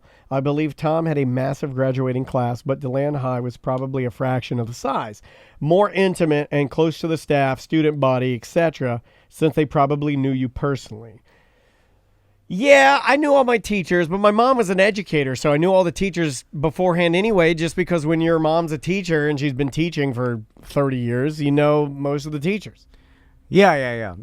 But I don't know. He brings up a good point. Like, yeah, you have a smaller high school. It's more intimate. You care more. Mine was huge. I was lost in the shuffle. Neither of us have any What about school college? spirit. Like giant colleges where it's we like, did. We went to a giant college. We both graduated from UCF, and neither of us go to football games, and we should. But there are like fanatics that go to like UF fans. Yeah. That it's like they're going to these massive schools. They can't be that intimate. Justin and they're Clark like crazy is about it. the biggest UCF. I don't this get guy it. is black and gold. It bleeds black and gold. But it's just like company people, right? If you're like super enthusiastic about the company you work for, it's kind of the same thing. It if is you're super enthusiastic about the school you go to. It is a weird thing. Let's go, rooms to go. Although it's less weird to be super enthusiastic about a football team because that's our culture in the United States than a company. It's like more weird to be like really rooting for Home Depot stock prices or whatever it is, or like want the company to succeed financially. There's people out there like that. It is, and that's even odder. But that's odd to me. Yeah. The Let me football throw thing, something to you. I'm jealous, by the way. I'm not saying I'm jealous of the people that get joy out of The tailgating going. Yeah, I am. And that's more of an experience. I want that. Yeah, and then but they really root for a team for purely your love for the team. Not you don't have money on it. You just want them to win. You just want them to win, and I'm jealous of people that have that because I don't have it. And then that's an odd disconnection. Do you think it is odd? Because there is this guy, this archetype out there. Do you think it's odd when you find the guy who's like our age, who works a job in like a town like DeLand, or let's just say Orlando, like where we're at, and that person goes to every high school football game and is all in? I think it's odd because I don't understand it, but it's not odd to do that because you're into what you're into, and if that's your hobby and that's what makes you happy, then good. And maybe you're fine. Those are those are their glory days type of guys, right? There they are. Go back to their high school. That is, well, but you know what? But you could also make an argument that it's weird for a man my age who doesn't have a kid in high school. But I know these guys that will go to the high school to watch the football. Yeah. You're, for all intents and purposes, you're watching children play football, and you're as into it as you would be NFL. I think that is odd. It is, but I will tell you, my buddy Fernando, which I've talked about before, sent in a group text. He was at Miami Killian football game in Miami. Yeah. That he got tickets from one of his customers because he runs the sports grills down there. And he was out there. He's like, I'm watching Killian play football. And I was like, well, Why that's do you cool. need to get tickets from somebody? Isn't it like $5 just to sit and watch a game for a high school? He was saying that's the reason why someone gave they him. sell them sometimes in like packages, for like fundraisers. Yeah. And So, stuff. because it would be odd because none of my friends have ever been into that. Like we Right. never went to the football games when we It's went been to the high joke school. that you guys have never No, done. no. We didn't. We all barely graduated high school. Or at least my friends. I'm a smart one, but God, would have never guessed that too. Just based on appearances and what you did. Yeah. They got a bleach blonde hair guy with his hair burned off in a bear costume. I'd be like, that's the smart guy. I'm joking. They're way smarter than me, but so I just cheated better. Some would say that makes you smarter. I was like, oh, that's cool. You know what I'm saying? Is I it? was because I did. Yeah. Because No, I was like, what else? I've done it. What am I doing? I'm sitting on my couch, not talking to my wife, looking at my phone. Again. Like the rest of like, so who's winning here? Again, we're the not guy out there watching something. Yeah, we're not debating whether or not it's weird. I said I thought it was weird until I did it. The follow-up here is that, 5 years ago when I had my high school reunion, I went to a high school football game, and I had a really good time. I was like, this is great. In fact, I'm not living my best life. No, You know? you're for sure not. Yeah. You don't like anything. You don't do anything. I know. And that's no way to live. Like I think it's interesting that of all the things that Dan and I talk about, things that we do that you say is for babies, when your friend goes to a high school football game, you said it's cool. I know. That's I've said odd. No, I made I've fun said of a him. lot of I would things. never say that to him. He would never give him the Okay. satisfaction I said- of letting Fernando know no. that he won. No, that's true. He's not going to let Fernando know. No, yeah. I said, that what are you, Al Bundy? Why are you Yeah, there? what are you, pedophile? Ew, ew, ew. You're like yelling at him. You brought your daughter. She's bored as hell. Like, this is the most boring thing you could ever imagine. Anyway, but, if I'm honest, I'd be like, that's a cool thing. At least you're, doing something. And that's, for the most part, is like, we all have to find stuff to do that we like. And that's a hard thing, I think, for adults. I think you said it best when you were talking to Chris Gwaltney of thehumidor.com when you said, you like what you like. Was that, am I getting the quote wrong? There's a. Oh, no, you only see what you see. You only see what you see. That's the quote. Yeah, I know. But the logic of like being super passionate about the college you went to and the team. I wish I was that. I like it. It is odd because you're like, well, what connection do you have to the football team? What I really don't understand is like the boosters that spend like, the rich guys that'll spend hundreds of thousands of dollars to like support the team or like pay for their It's a bus power rides. ego thing, right? It's gotta be I provided this for you. I'm Burt Reynolds. I bought Florida State burgundy pants. I'm a god. Yeah, I think that's what it is. I a think lot it's of an rich ego thing. Yeah, a lot of rich dudes do it. And Do you remember that? I remember that. Yeah. Like, that's a power thing. I remember watching Florida State, and my dad or somebody was like, you see that? They're dressed in burgundy. Burt Reynolds bought them burgundy pants. And it's odd because Darn it. when you went there, you were probably a nerd because of how successful you are now, right? And you had no connection with the football players or anything. I mean, maybe some of them did, but for the most part, it's like a rich guy got into tech, became a multimillionaire, and then now he can go back and be a booster for the football team and then live in that world of rich guy I'm boosters. not giving any of my money to a school. Are you crazy? But it must be some sort of like, because like other rich guy boosters hang out with each other. No, it goes and then back to it's glory a days. power- I think Sam nailed it. I don't It's know. glory days, right? Yeah, it's got to be. It's when you maybe felt the most comfortable, or maybe when you felt you blossomed the most, or you were at your prime, so you kind of come back, try to harness a little bit of that. And now the people that were cool at your college are now like indebted to you in some way because you're a high paying booster. So they're not going to That very rarely push you over. This They're is gonna thank you. related, unrelated. It very rarely happens. The old cliche of you come back to your 30-year anniversary or 10-year, 15, whatever. And the guy that was like the good-looking valedictorian or good-looking like prom king, he's like a big fat slob now. Yeah. And The girl cliche of yeah, that doesn't happen. Usually those people stay pretty damn hot. Yeah. I just want to make sure people know that. Like, if you're thinking of going to if you're a younger person, you're thinking of going to any of this, Yeah. I know that we have a lot of like people in their 20s and 30s, and that's when this stuff starts to happen. So I know you listen to this program. I'm just here to tell you that is a movie thing that movie started. You're the fat slob. You're like, oh, they're still pretty good looking. Yeah. You're a fat slob. Like, I've turned worse. I went to the store. I went to the Buckle. I got some jeans. I bought some pointy boots. Buckle's still around? I bought a Affliction shirt with a melted flag on it. Whatever it took. I go to the thing. I'm the big fat slob. I'm on the float. I'm riding with everybody. Everybody else is better looking than they've ever looked. What a bizarre way to spend your money if you're a rich dude, to give it to basically a successful business to support their football team, which makes them millions The of most dollars. money, yeah. It's bizarre, right? It is very bizarre. Well, you're less Like, likely you to be gave called them how much? Yeah, but you're less likely to be singled out as big fat slob when you're giving money to the school.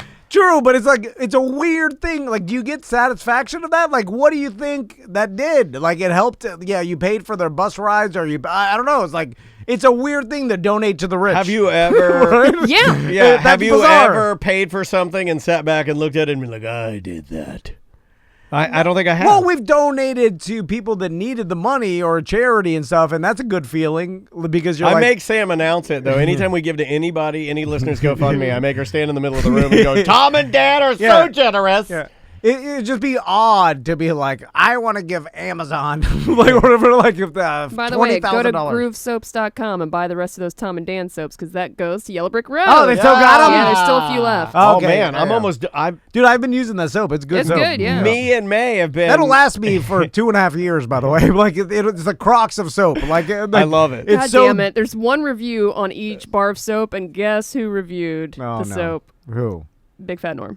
No. Oh, What do you now- say? Did he give a... Smells great and feeling clean. Time for bath with my soapy butt. Does he do a different review, or did he Let me copy see and the other paste? one. Because if they're all copy and paste, I'm Yeah, taking the soap back. The other one, the other one is not Norm. I apologize, but it is another BDM. It says game changer. Definitely skeptical at first because I've always used liquid body wash. It definitely felt way better and left me feeling a lot cleaner and smelling good. Yeah, soapier. Thanks. It is soapier. You will get more. You got to do it like Lots I of do suds. it. You got to take the soap, the slab from Groove Soaps. It's called a Yeah. slab. You take the slab in your hand like this, It's a big slab. and you rub it on your thighs in a circular motion. I know what you're thinking. Just make it Yeah. your soap. Don't share it with anybody. And rub it on your thighs and on your pubic mound. Ah. And I'm telling you, the amount of suds you'll get out of that is like novelty at the car wash. Yep. And all profits will go to Yellow Brick Road Foundation. That's groovesoaps.com. Oh, I thought you were talking about me. I fancy myself a modern day prophet. I'm a prophet. I'm going to start telling people when people go, what do you do? I'm going to be like, I'm a prophet.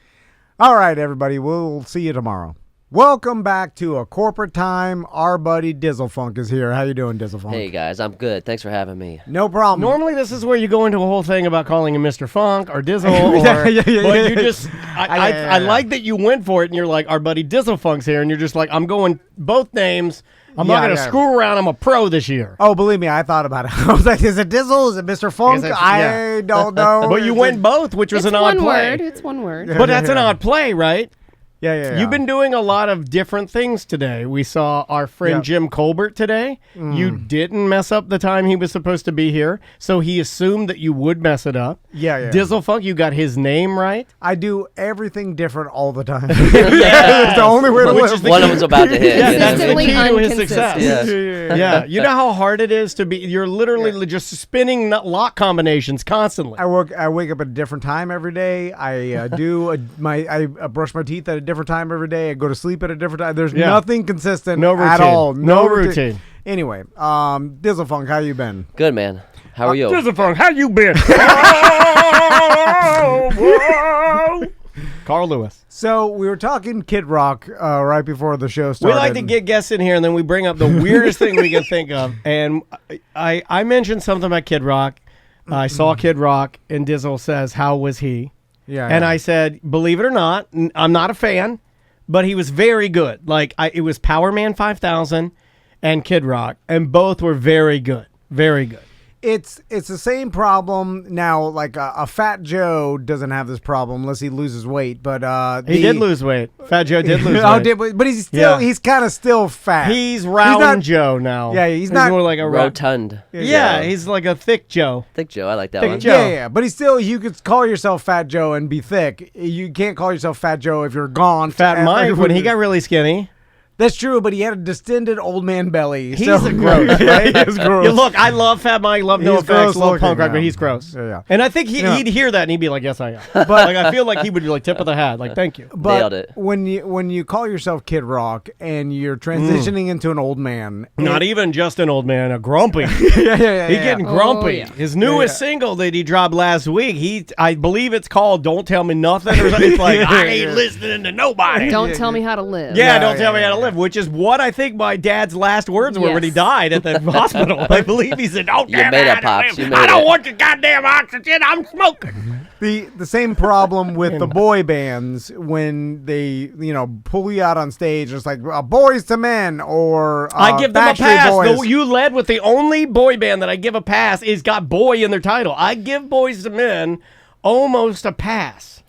But the problem is, it's the whole idea. But they did go from boys to men, so that Yeah, it's holds in up. the That title. holds I'm up. saying it's Boys to Men. It's not. They're not like landed on boys like True, Boyzone. okay, all right. There's a boy band called Boyzone that my wife has their You're right. CD. Boyzone. Yeah. There's no more boys in the zone. You're right. You're right. They're out of the zone. Boys to Men. You're right. They did hedge their bet and Yeah. put They men, did. and they're They like, knew. now we're Yeah, men. that's like if you and I started a boy band, and I know because you do this in everything you say on the air, you'll say, we're going to call ourselves maybe successful.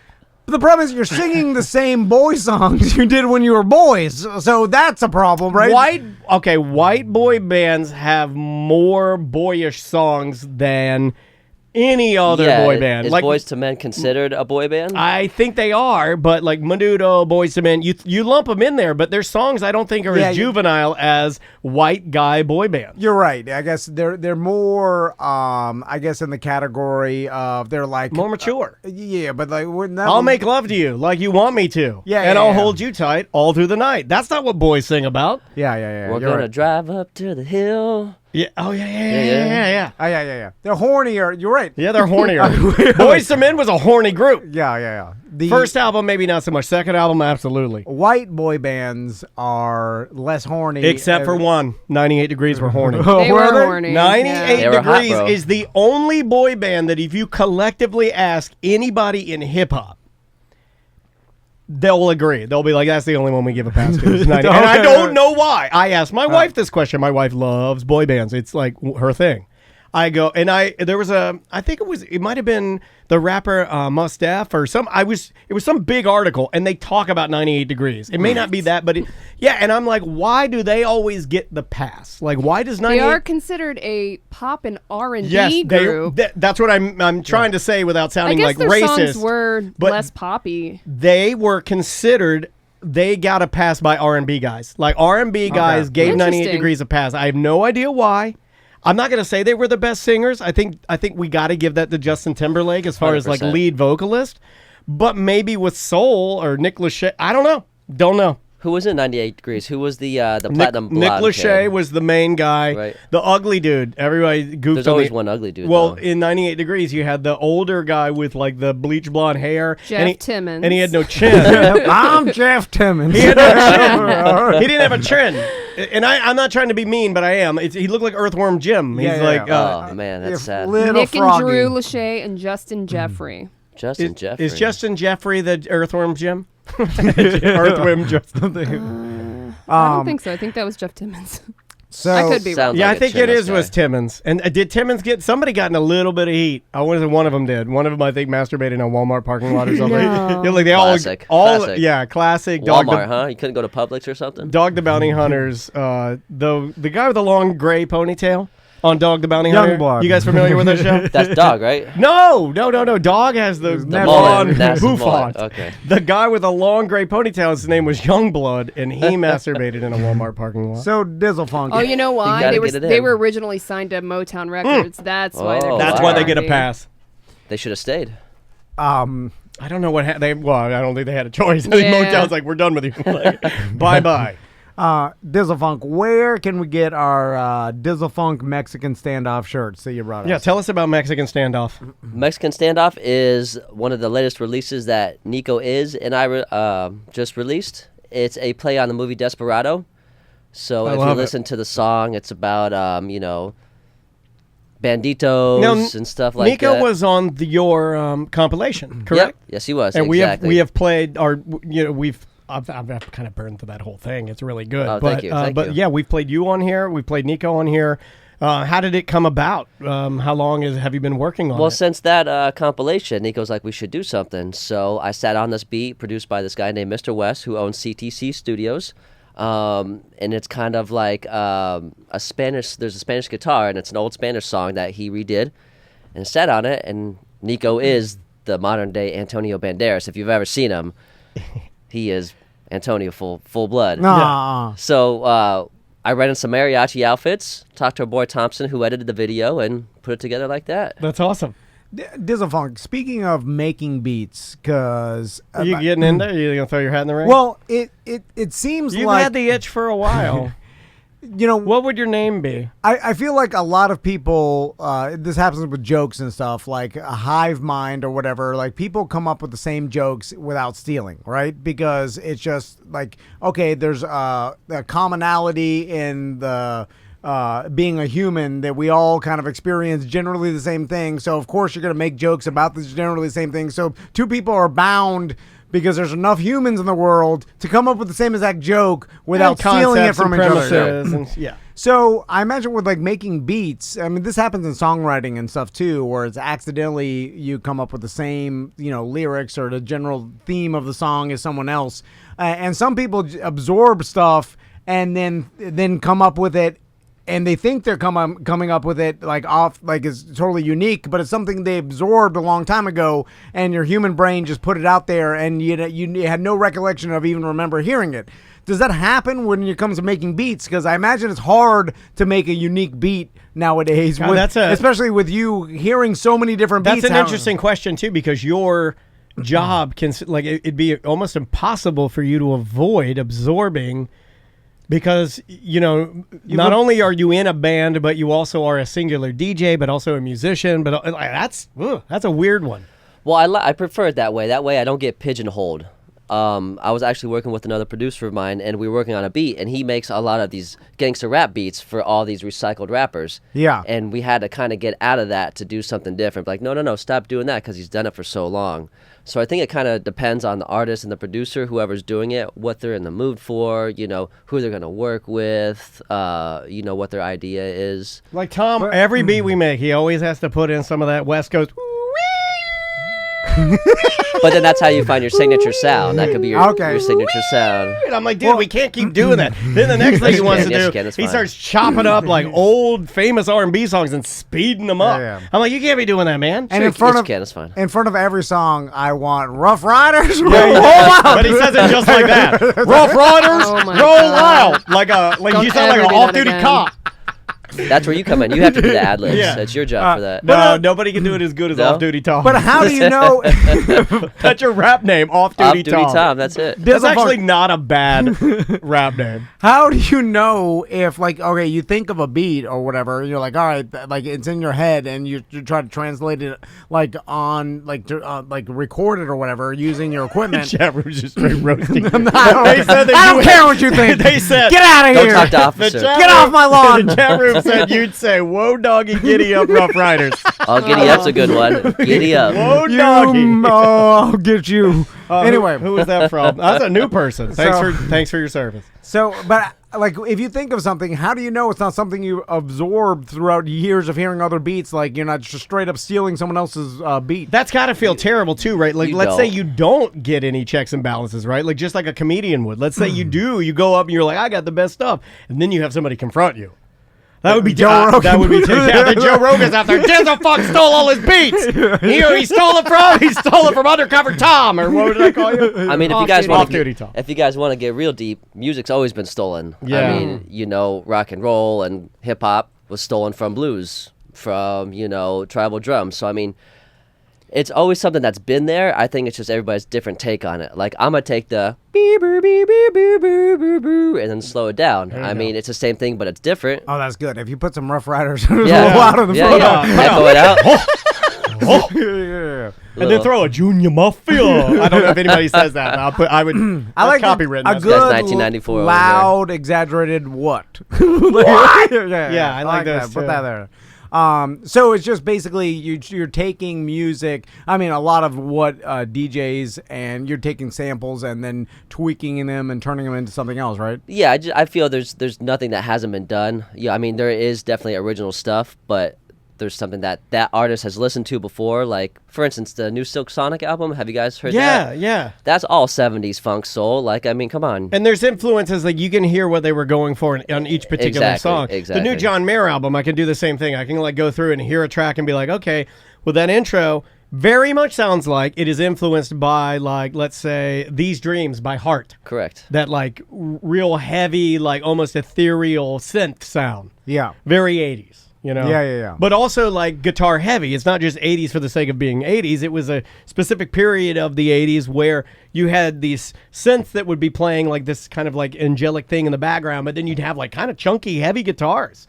You know, pretty heavy stuff. Dizzle Funk, what's the business, and like how do you turn into like a Steve Aoki or a Dead Mouse or those type, like that type of DJ that's playing, like, or Dead Steve or Aoki Mouse, like either of those. Well, Steven Rat. Yeah. And Stephen Piercy of Rat. And I'm ignorant to that whole scene, so I don't know. But I'm like, how did those guys become super DJs? I saw a documentary on like Steve Aoki and the fact that the guy's a workaholic and grinds and stuff like. And yeah, but he also got that. They got that Benny Hanna money, right? There's that too. Was his dad, right? I kind of feel like if my dad was the king of teppanyaki, that I would be a badass. Yep. At anything I choose to do. Well, it's easier to put it all on the line when there's seemingly a net for you to fall in, right? Sure. Like, so you Sure. can still fall in your dad's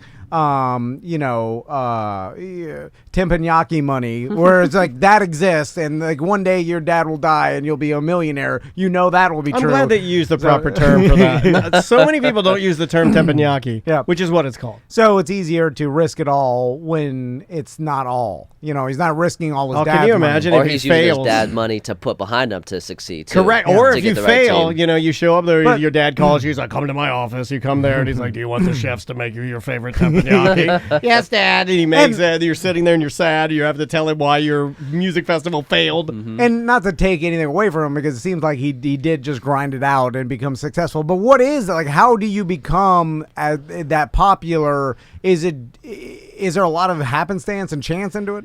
I would say 50-50. A lot of those guys like Steve Aoki, Diplo, Grizz, a lot of the Tiestos, like, they originally had their original music. So when they started coming out, they created, like, I'll just say tech house, even though they didn't create tech house, but they created the genre of music that all these other DJs nowadays are playing to. So they were kind of like the godfathers of that particular genre. Okay. I'll give some love to Diplo, too, because he's on the Matty, I forget the guy's last name, Big Fat Chef from Canada. Matty Matherson? Thank you, Matty Matheson. And I'm a huge fan, Same. obviously, because I remembered his name.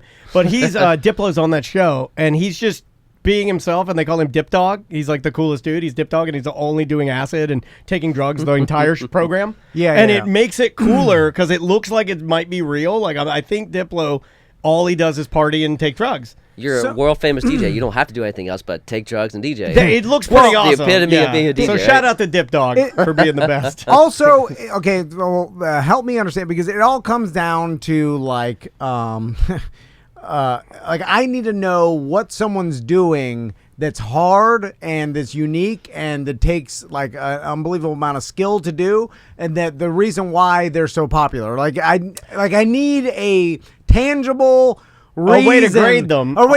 Yeah, like, on their gift. And I'm sorry to make a sports reference, but that's all I really know. That's and fine. it's like, so if you're talking about Tom Brady as a quarterback, and you're like, his ability to read a defense and to go through his progressions is better than everybody else, right? He can read a defense, he can go through progressions faster than your quarterback, which lends to his success. And I'm if like, not faster, at least efficient. Okay, then how about this? So how about, say, Tiesto has the best mastering and mixing ability to sound better than any other DJ. Okay, and what does that actually mean? Like the sound okay. quality. Sonically, yeah. When you throw it in the headphones, I was just having this conversation with you yesterday about I finally got somebody gifted me a really nice Sony, the Walkman, but the big boy where you can The put cassette player, lossless. Well, but no, it's the MP3, the badass one, where you nice. can throw in like your big, fat, mega lossless files. And I started listening to them on a pair of headphones that I've never been able to fully appreciate because I don't have an amp to really push them, right? And now I can.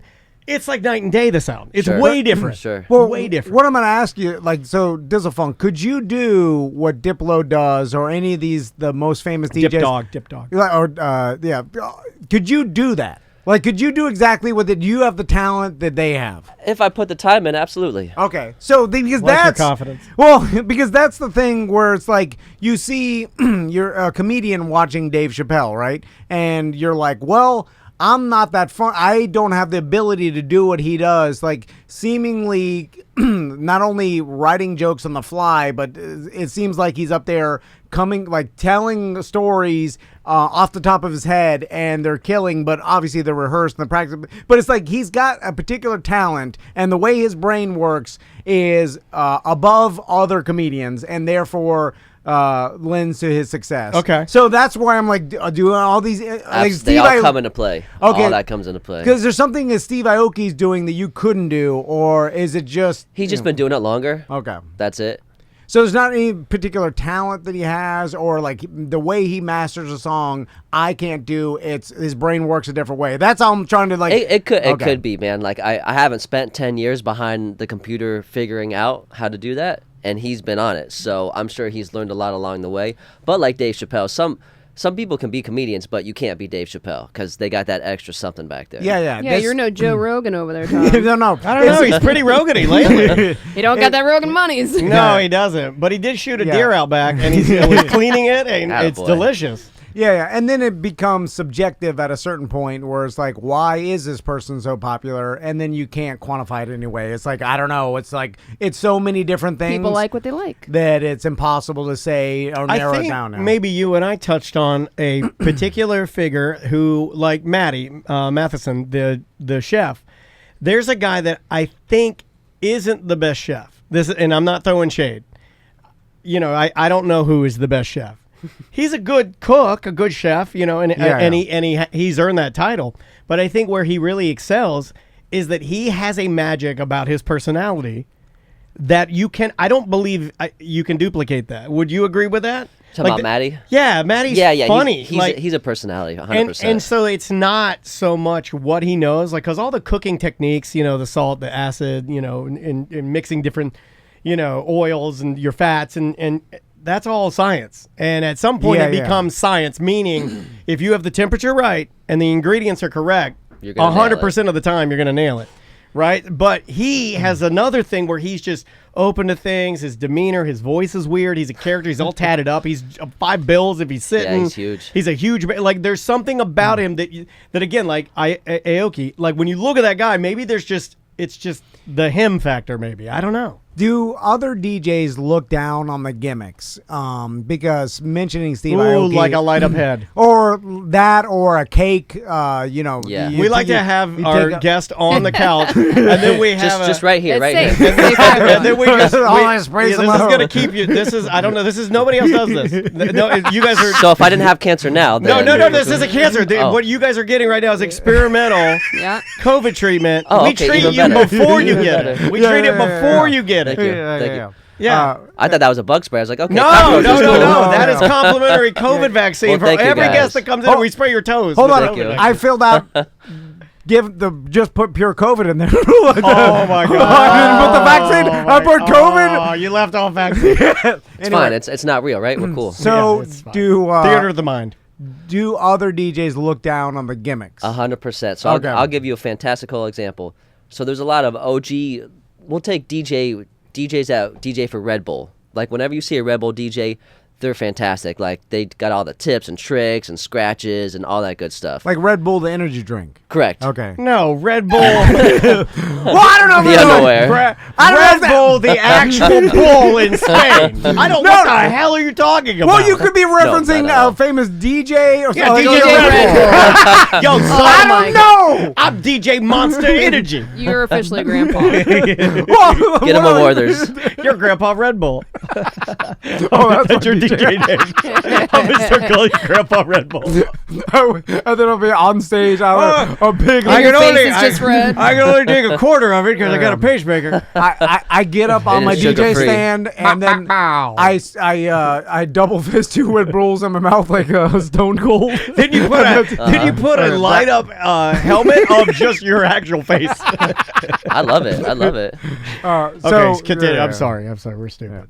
So Red Where Bull were we? DJ. What were we doing? Yeah, so we'll take real professional DJs that cut, scratch, mix, and stuff, but they don't really make their own beats. Then you got, we'll say, Steve Aoki, who's not really a DJ, he's a producer. So when he's performing live, he's not really cutting, scratching. He's playing one beat to the next, like boop, boop. So then you got like these professional DJs and then your beat makers. And of course, I wouldn't say like they look down, but they're like, oh, you're not a real DJ. So they'll sit in the corner and be like kind of look on them like it's that. like comedians then too, like because Exactly. comedians they all look at each other and they're watching each other. But it's like sort of happy if the person gets something good. They're like, yeah, good. You for know, you. it's the difference between like singer songwriters, like people that write their own music, and then people that just perform other people's music, right? Or is that different than that? Kind of. But we'll just say producer and DJ. So a producer is a beat maker, and a DJ is what I do. Okay. So look at it like that. So Aoki is a producer. I'm a DJ. So I'm not going to look down on him because he's doing his own thing. You know what I mean? Gotcha. Two different kind of Different concepts. worlds, Yes. sure. Yes. I bet a lot of people don't realize the difference or understand that just not at because all. they're not in the world. So it's like they don't, so similar to me. It's like it's not my world, so I'm not even. I don't You're understand new, the difference. Grandpa Red Bull. You'll get it. Has there ever been a Milli Vanilli of producers or like basically someone that's like claiming to talking make about- up their own stuff, but they're stealing it? Well, Like, I go know back to- that it's rampant or- with DJs not mixing and then Sure. just the music playing. And like we've all seen the video of Paris Hilton or whatever, like she's Yeah, up there and you got the head. But yeah, like I'm, pretending to be a DJ. yeah, that's a decent question. Is there anything like that? I think there's definitely out there. I couldn't give you an example, but I think it's filtered itself out because you guys have heard of Bass Nectar, right? Yeah, absolutely. He was a big DJ that took a lot of other people's stuff. So I think the community is. Oh, I didn't know that. Yeah. And he also got So banned he's for like doing some other weird stuff. Is, too, well, you know? gotcha. But Yeah. would that be considered? And you don't have to fully agree with this. Is it like a similar Carlos Mencia? Like I'm kind of taking your ideas and using little bit of them because I plagiarism, already just- have a Bass Nectar huge name. Huge. Yeah. Yeah. So he was taking like didn't these know that. old mixes that these guys did and just redoing it. So I don't know if it happens so much nowadays because the DJ community is like. We're pretty cool. Like Yeah, it's like craft beer. You guys are usually pretty nice to each other and get along. for the most and- part. For the most Yeah, part. So I can't think of any of the examples, but yes, I'm sure it definitely still happens. Is there any? We need to start DJing, dude. Come on, bro. Everybody's doing it. We'll do like DJ. We'll do like a DJ duo. Yeah. But again, We're not gonna go in your lane. Then we're gonna go weddings. But Tom hates hyping things up and No, having that's where I come in. enthusiasm. That's where Yeah, I come in. he's All the he's hype gotta guy. do Hype guy. All he's got to He's- do is have his okay. head in the mix. Gotcha. What? Can you mix beats? I mean, no, but I'll just hit play He has no rhythm. and pretend. Can you like? Very stiff, He already staccato. wears one headphone. What I can do. You're already True, halfway true. there. You're already halfway there. I you could- got the name, Grandpa Red Bull. Well, it's two Yeah. dudes and one deck. That's what Yes. I could, Dudes and decks. I could be spraying the. Sucking all the decks. Let's call ourselves the deck suckers. I'll be spraying the crowd with the Red Bull. Yes, and, this is a good that's- Oh idea. man, Yeah, That's yeah. it. Let's do That's this. it. That's Yes. it. Who wants to get sticky? yeah. That's more my style. Like, I could do that. All the hard part, I don't want no part of. I don't want all the hard part. I don't want no part. That's what he There's said. Grandpa. That's what he Grandpa said. Werther's over This is here. exactly what he said when we went to vote. He's like, the hard part, I don't want no part. And he walked away. I'll Right tell back you to the what I car. lack. You put it for me. So Dizzlephunk, where can people buy these shirts, and where can people hear or see you? Like what? Yeah. Well, the music video to Mexican Standoff is out on YouTube. Boom, boom. Dizzlephunk YouTube. It's out on Spotify, all the Amazon Musics, all that stuff. We put it in the chat room. We'll put it on socials cool. as Thank well. you. We'll Thank share it you. on the socials. You can hit me up directly, Dizzlefunk, with the @ and any of your outlets, and I'll respond for the shirts, for the merch. There's Dizzlefunk on my Facebook. There's a link to the merch on there. Cool. Perfect. Well, Dizzle Funk, thanks so much for stopping Man, by. always a Thank pleasure you, seeing guys. you and hanging out. Appreciate you. And any other time you want to shoot by, you got a new Yeah. project, just let us know. Cool. I will be submitting some beats that I made to you, Yeah. because I feel Give like us a you taste. can mentor. Can you do like a little? Are you like are you old school? Are you like into what the kids like I'm now? more- Or are you more like old boom bap? He's definitely I don't want no boom bap. stinky old boom bap. I want the new weird stuff. No. I'm more of an experimental. Yeah, you're The more like artist, an old. What's that? Who was the guy we were talking about 2 weeks ago? You're like Slick Rick. You got an old grandpa, old badge. man. Yeah, you're like, hello everybody, it's me, Tom.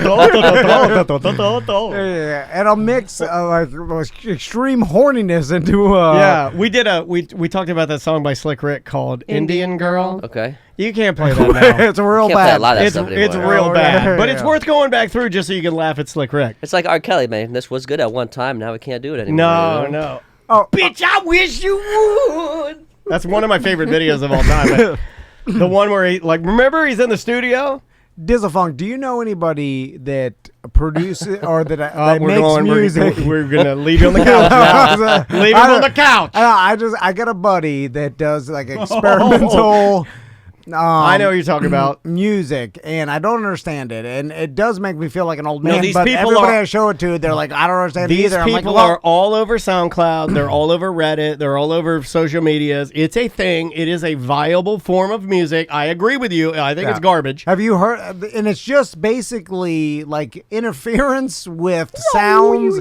Like it's a big board. The guys are just and they're sticking plugging- wires and they're just plugging the wires. Oh, dude, check out this banger. I'm making a banger. Yes. But there's- I'm trying to think what it's called. And I'm like, this There's is no garbage. rhythm. There's no rhythm to it. Is that You don't even know what you're. Don't sit there and tell me that. I put that 1/4-inch plug. I put it right in there. Man, it gave me that weird. That thing that sounds like a duck. That's me. Get out of here. I did that with my hand. Yeah, get out of here. You're not a musician. What That's is not, that? Nobody can make me. Nobody. Look, I'm my own person. You can forever say that you're a musician or you make music. You do not. There's You're- a definition you're- of music, right? If you go on the dictionary, it's like like a particular type of. They're trying to figure out what to call it right now. They don't know what it's called No, yet. these guys- really? Yeah, but yeah. it's been around for like 20 years because when we went on the camping trip, this guy still did it. He was Who likes it? Nobody does. The guys that do it. The How guys is that it do possible? it. The guys that do it. And I But think, do they listen to the no, other? they don't No, get their they don't like that stuff. So they're doing it for No. no one. Yeah. No, they're doing it. It's like you're in on the joke. I think once you're in the club, you want to go over to my place, stick all this wires in and make the weird noises, and then you're like, yeah, you're in the club, bro. Nobody understands it, even we don't. But we're better than them. It's like an elevation thing. It's like a hipster. They sit down there and eat granola and Yeah. plug wires. Well, it's and not even things. that. It's more like it's just like our form of music is just so much more advanced. I mean, we're using the Moogs and we get the wires. It's like, no, you're not. You're doing it. Learn to play a guitar. Yeah, what is it? Get a piano. Do you know someone that does that? No, Oh, I okay. don't. You make fun of it, though, I right? want to get one of those people in Just here, for and I you, want to yes. yell at them. Yeah, I know. All right, wanna- next time I'm going to find somebody and bring them in. and I want to yell at them. Well, I I want just- them to know I'm going to yell at them because I hate it. I hate the music. I It just doesn't wanna- make any sense. If they and can- I'm not a stuffy music guy. I like all kinds of music. I feel like everything that I don't understand can be explained. and Except then- for this. this This is the one unexplainable. It's like even the Oh my God, is Mike one of those guys? Are you one of those guys? Oh hurting his feelings. Oh my Leave him God. out of Insulted this. your What have friend. we He doesn't done? even want to be here. What have we done? He's like, I can't Where wait do you to think get we were back to going my. after this? Wait till I tell my wires about you guys. Because I could eat like if so I don't understand, like there's people that like their no square stomped by girls my son's called that's what my son's called balls. Anyway, No squares. that's a new that's a What? young kid. Yeah, that's like the young people they call balls no Or squares. it's just your kids because they're dumb. I don't know. I like it. Hey, they heard it on YouTube, so it's got to be something. Yeah. Anyway, It's probably these guys with these wires plugging in. No squares. This No is really squares. this is no. really making my no-no. it's just I don't understand why people want their testicle stomped, right? But when they start explaining, they're like, no, it's more about a pain pleasure thing, where it's like there's lost me there for a second. there's a certain aspect of pain that kind of morphs into pleasure at a certain point in your brain. I like to be humiliated, and then the humiliation part of it, and then I like giving the in. dominant. I like being able to give in. There's some power in giving in. You break it all down, and I'm like, oh, no, I get it. I can get about anything, but the music with the there's no rhyme or reason to it, and there's no beat, and it's or all like, old stuff. It's like these guys go up to Skycraft here in town. R.I.P. And they pull out, I know, right? And then I used to get a lot of stuff there, and they'd pull out like a bunch of old circuitry and stuff like that, and they just kind of see what they can make out of it.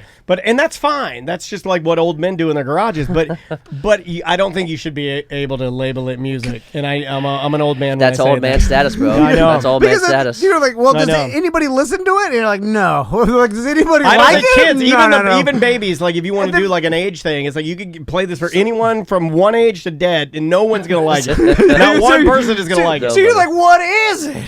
There's no It's a time waster. It's a time waster. Is that just like the it's waste like time? the world's worst crossword puzzle. It's like you get nothing out of it. Sorry, Dizzle Funk. So no, I'm interested. I'm gonna go do some research on this plug These and play. guys are gonna be mad because they're the type of guys that would get. These are the guys on Twitch. You guys are not intelligent enough to I understand the way that we plug our circuitry. just explain it to me. Dizzle Funk, thanks so much again. We appreciate You're welcome. it. Thank you. We'll be right back. Welcome to A Corporate Time with Tom and Dan. I'm Tom. I am Dan. Samantha's here. The fish are doing great. Yep. Courtesy of Top Shelf Aquatics. If you need some fish, they got them.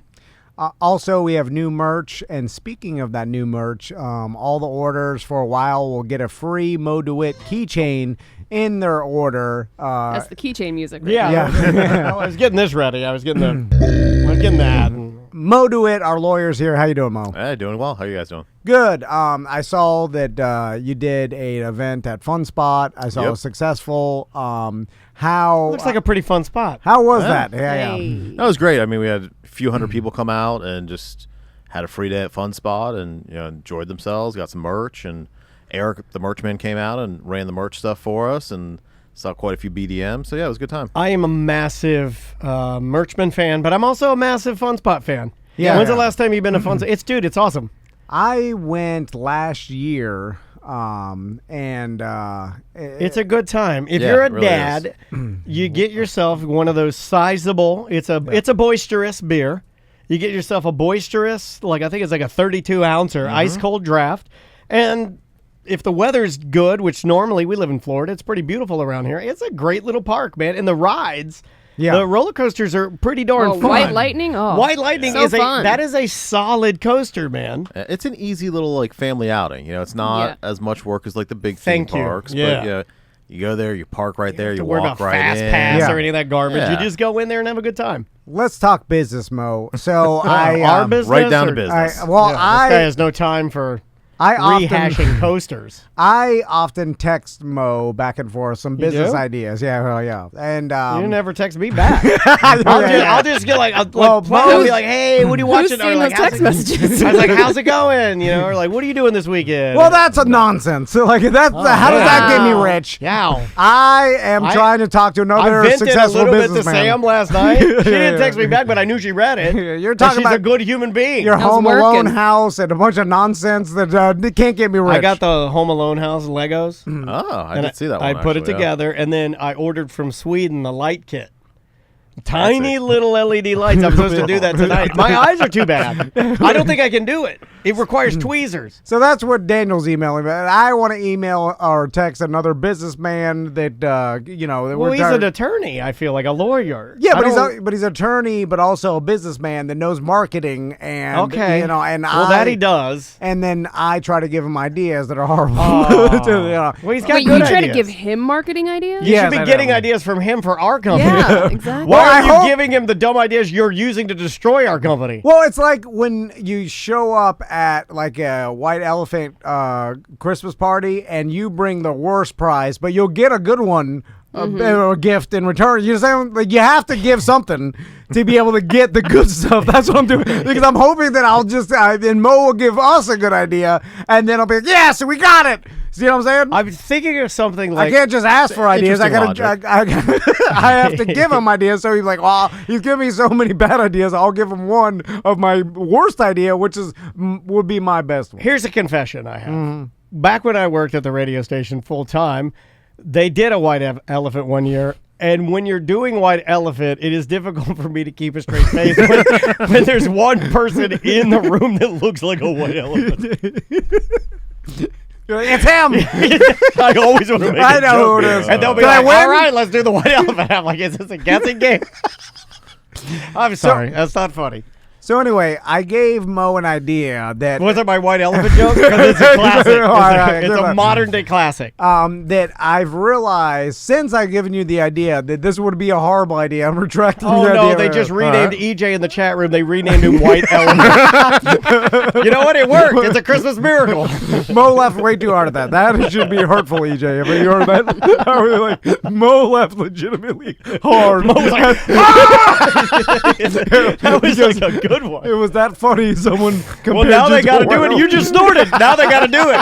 Wait, I got a lawyer laugh and a snort. It's got to be done now. That's like a gavel slamming down. That's a case. So anyway, You just won the case, Mo. I told Mo in a text. I was like, "Hey, I got an idea. Is this something for you to win as one wheel? No. I try to think of a lot of ways to do that, and Mo's too smart. Anyway, so my idea was, hey, you should pay some social media influencers that are hot right now, like the Island Boys, and then we'll do a show. Me and Daniel will host it. And then we'll bring them up on stage one by one, and then Parade of the Island. Yeah. well, it'd be like, Parade of the Island Boys. I imagine the Island Boys are most expensive. Then we'll work our way down. We'll get Big Tim, some other people that we can get cheap. We're rely on some of the ones we know. Yeah. Like Ben Brainer's Well, out. He's too expensive. We got to get the Island Boys. We got to get Corey Feldman. We got to get Daddy Longneck, who just had a baby, by the way. Yeah. He has okay. a baby Longneck. Gucci Berry. Gucci Berry. Yeah, we yeah. can get Daddy Wideneck. Yeah. He might be in jail, though. Wideneck was in jail for a little while. Yeah, but he got out. We can get Mike Busey. We can get Lil Jess. We can get Midget Mac. Yes, I'm yeah. allowed to say that. That's his name. Yeah. And then all these influencers, and then parade them one by one, and a Hard Rock Live, and I'll be like, Hard Rock Live.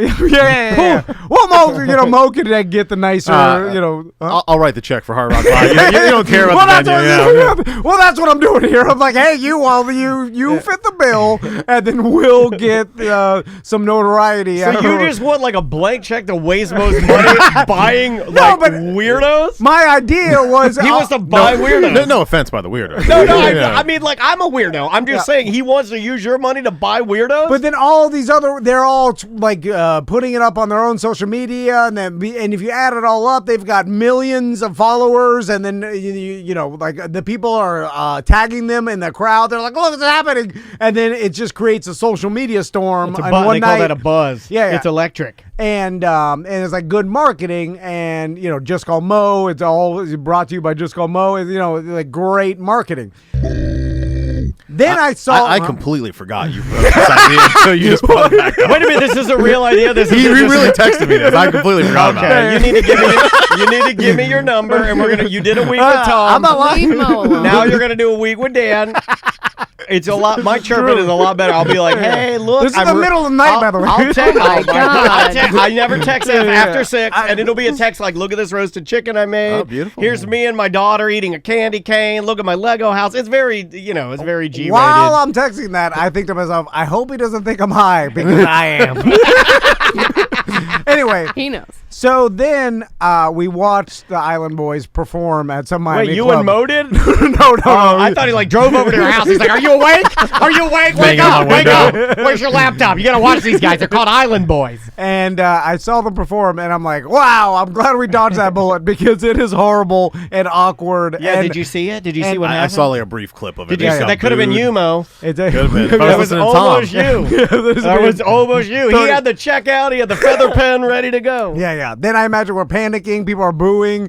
You're yelling at us to get out there and save it. And we're like, we got nothing. We're worse than the Island Boys. we have less talent.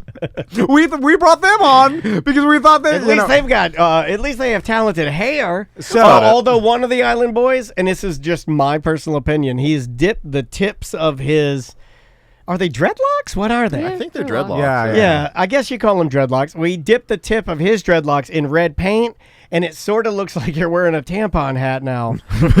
So that's just my word to the Scar. Yeah, just word to the wise. That's good. That's good time. But the other one, I noticed, and they're twins. The other one, he left his alone. It was almost like one of them did it, and he's like, I'm not feeling the blood tips. So all I'm saying is that you can erase that idea from your whiteboard inside your office, and I imagine all the ideas. Yeah, they're all drawn there. I'll pull the marketing team off of that one. Yeah, self-photoshopped as an island boy. Stop the negotiation with the island boys. It's garbage. It can't be shown at a live event. There's no translation whatsoever, and any of these freak shows, social media influencers, they can't do nothing. I don't want it written anywhere that I negotiated with island boys.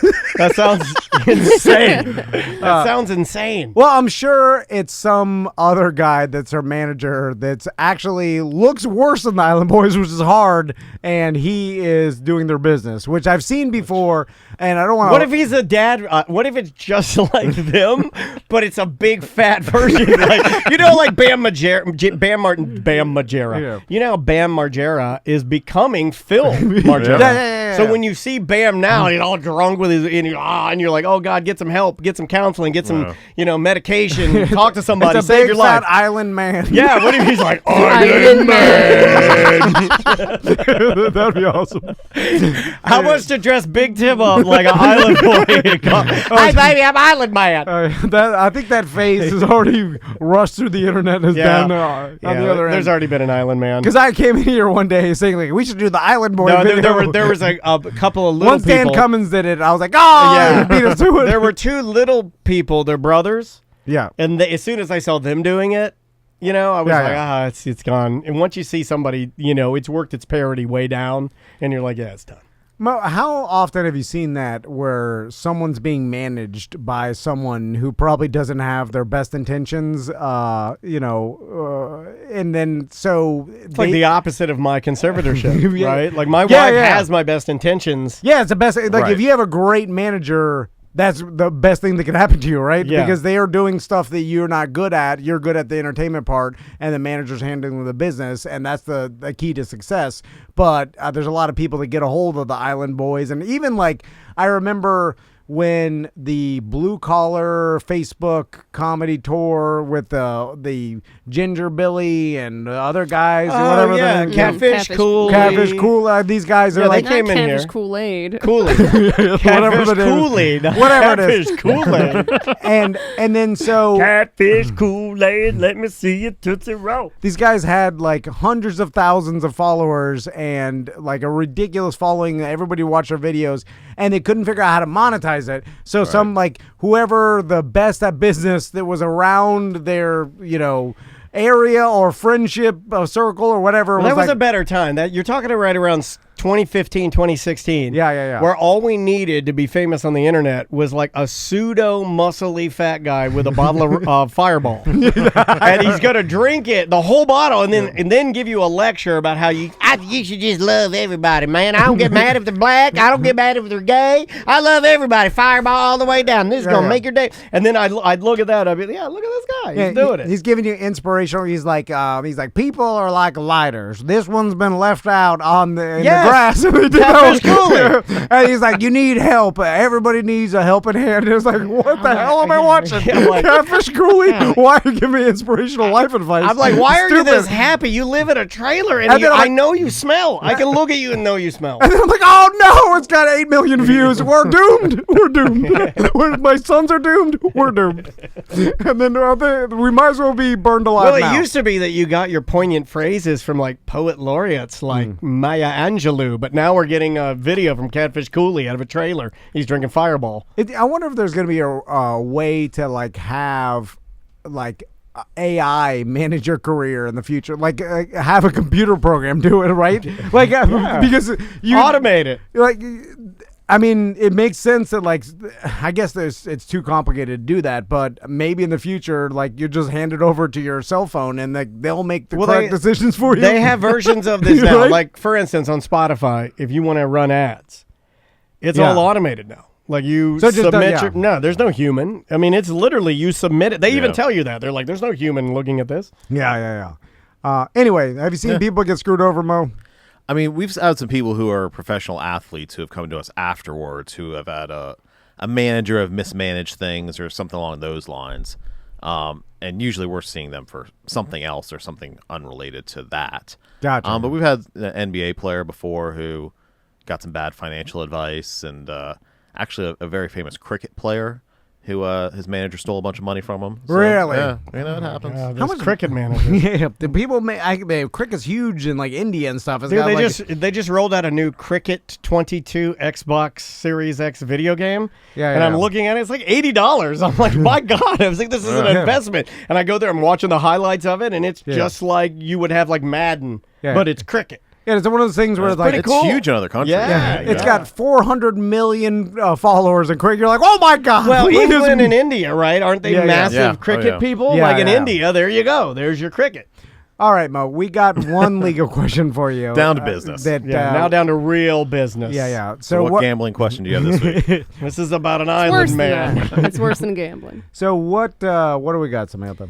The one that you had me write down. Yeah, that but you wanted to we ask? want you to say it so we don't sound as I bad. forgot it. It was all the Island Boy talk. Can Tom and Dan get disabled parking passes? Oh, this is Well, embarrassing. we already have one. Well, it's not issued to you though. No, but it's the one my mom gave me, and I feel like I would just tell the police officer she wanted me to have this. I think it was. She did. She gave it to me. Right. She's like, keep this in your car, so when you're driving me around. Yeah. We could use We it. can My use pop, he would give me. He got one. He was mad that he got it. By the way, but when he was on dialysis, they gave him one, and then I don't need this. Yeah, he was mad that they. I don't need this. But I convinced Take him. me to Wendy's. I convinced him like, well, we'll use it when we go to dialysis. We'll use it at the nudie. When I take you there. We'll take you to the nudie bar. So. The question, I know you're not an expert in handicap parking. You don't know that. You don't know that. What if he is? What if he's certified? But is it just some internet form you fill out, like your service animal or whatever, or do they require some actual doctor's note? Yeah, are they or going to something? look? Because I've used it everywhere. I've used it at Disney. I've used it. So like getting your medical marijuana card? No, I've used it with my everywhere. mom. Okay, I have not used it just me. I do not have a disability. I'm able-bodied, so I do not use it now. But you're allowed to if you have a disabled passenger to use the disabled pass. But for yourself, like, is anybody checking? Like, obviously, we're not going to actually fill it out. But I imagine people do that, similar to the service animal thing. Sure. Where it's like they just want parking. They're horrible POSs. I know for a fact that there was a person that I know who was not disabled, who was just achy and grumpy, who went to Disney and used one of those hover rounds. Because you know this person. Yeah. Because this person is just a grumpy person, and they didn't want to walk around. They got a little bit of knee pain. Okay, little baby, and they decided that they needed the hover round. Remember the dude went to the Bahamas scuba diving with? He used requested a wheelchair in the Bahamas airport. People do weird stuff. Yeah, man. because others like they'll push you around if they can't ask you why. And I'm like, well, why would you admit that to me? Like, this person also admitted to us that he was in the Invictus Games. Isn't that the handicap military games? Oh yeah. Wasn't he in that? He was ripped, and he's like, I beat everybody. He's like, I beat everybody. I'm like, what's your disability? He's like, I got anxiety. I'm like, well, I got anxiety. I'm not handicapped because of it. I'm damn close, but yeah, you're right. No, I'm serious. This is a true story, Mo. Yeah, he blew the doors off everybody. He's like, I set new world records in the Paralympics. I'm like, Paralympics, you do because he's swimming against people with one arm. It's a true story. Of course, you won. It's a true story. Yeah. What was his name? I forgot.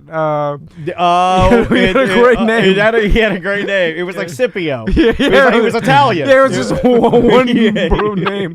Anyway, so do you know, Mo? How can you get it? Raggio. It was Raggio. I got it. My memory's fixed, Sam.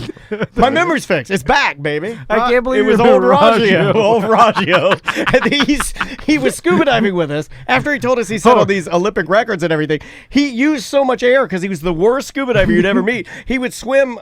He'd swim down, and then the instructor would go and grab his regulator and look at how much he was on zero oxygen. He's like 100 foot deep, and he was swimming with no fins.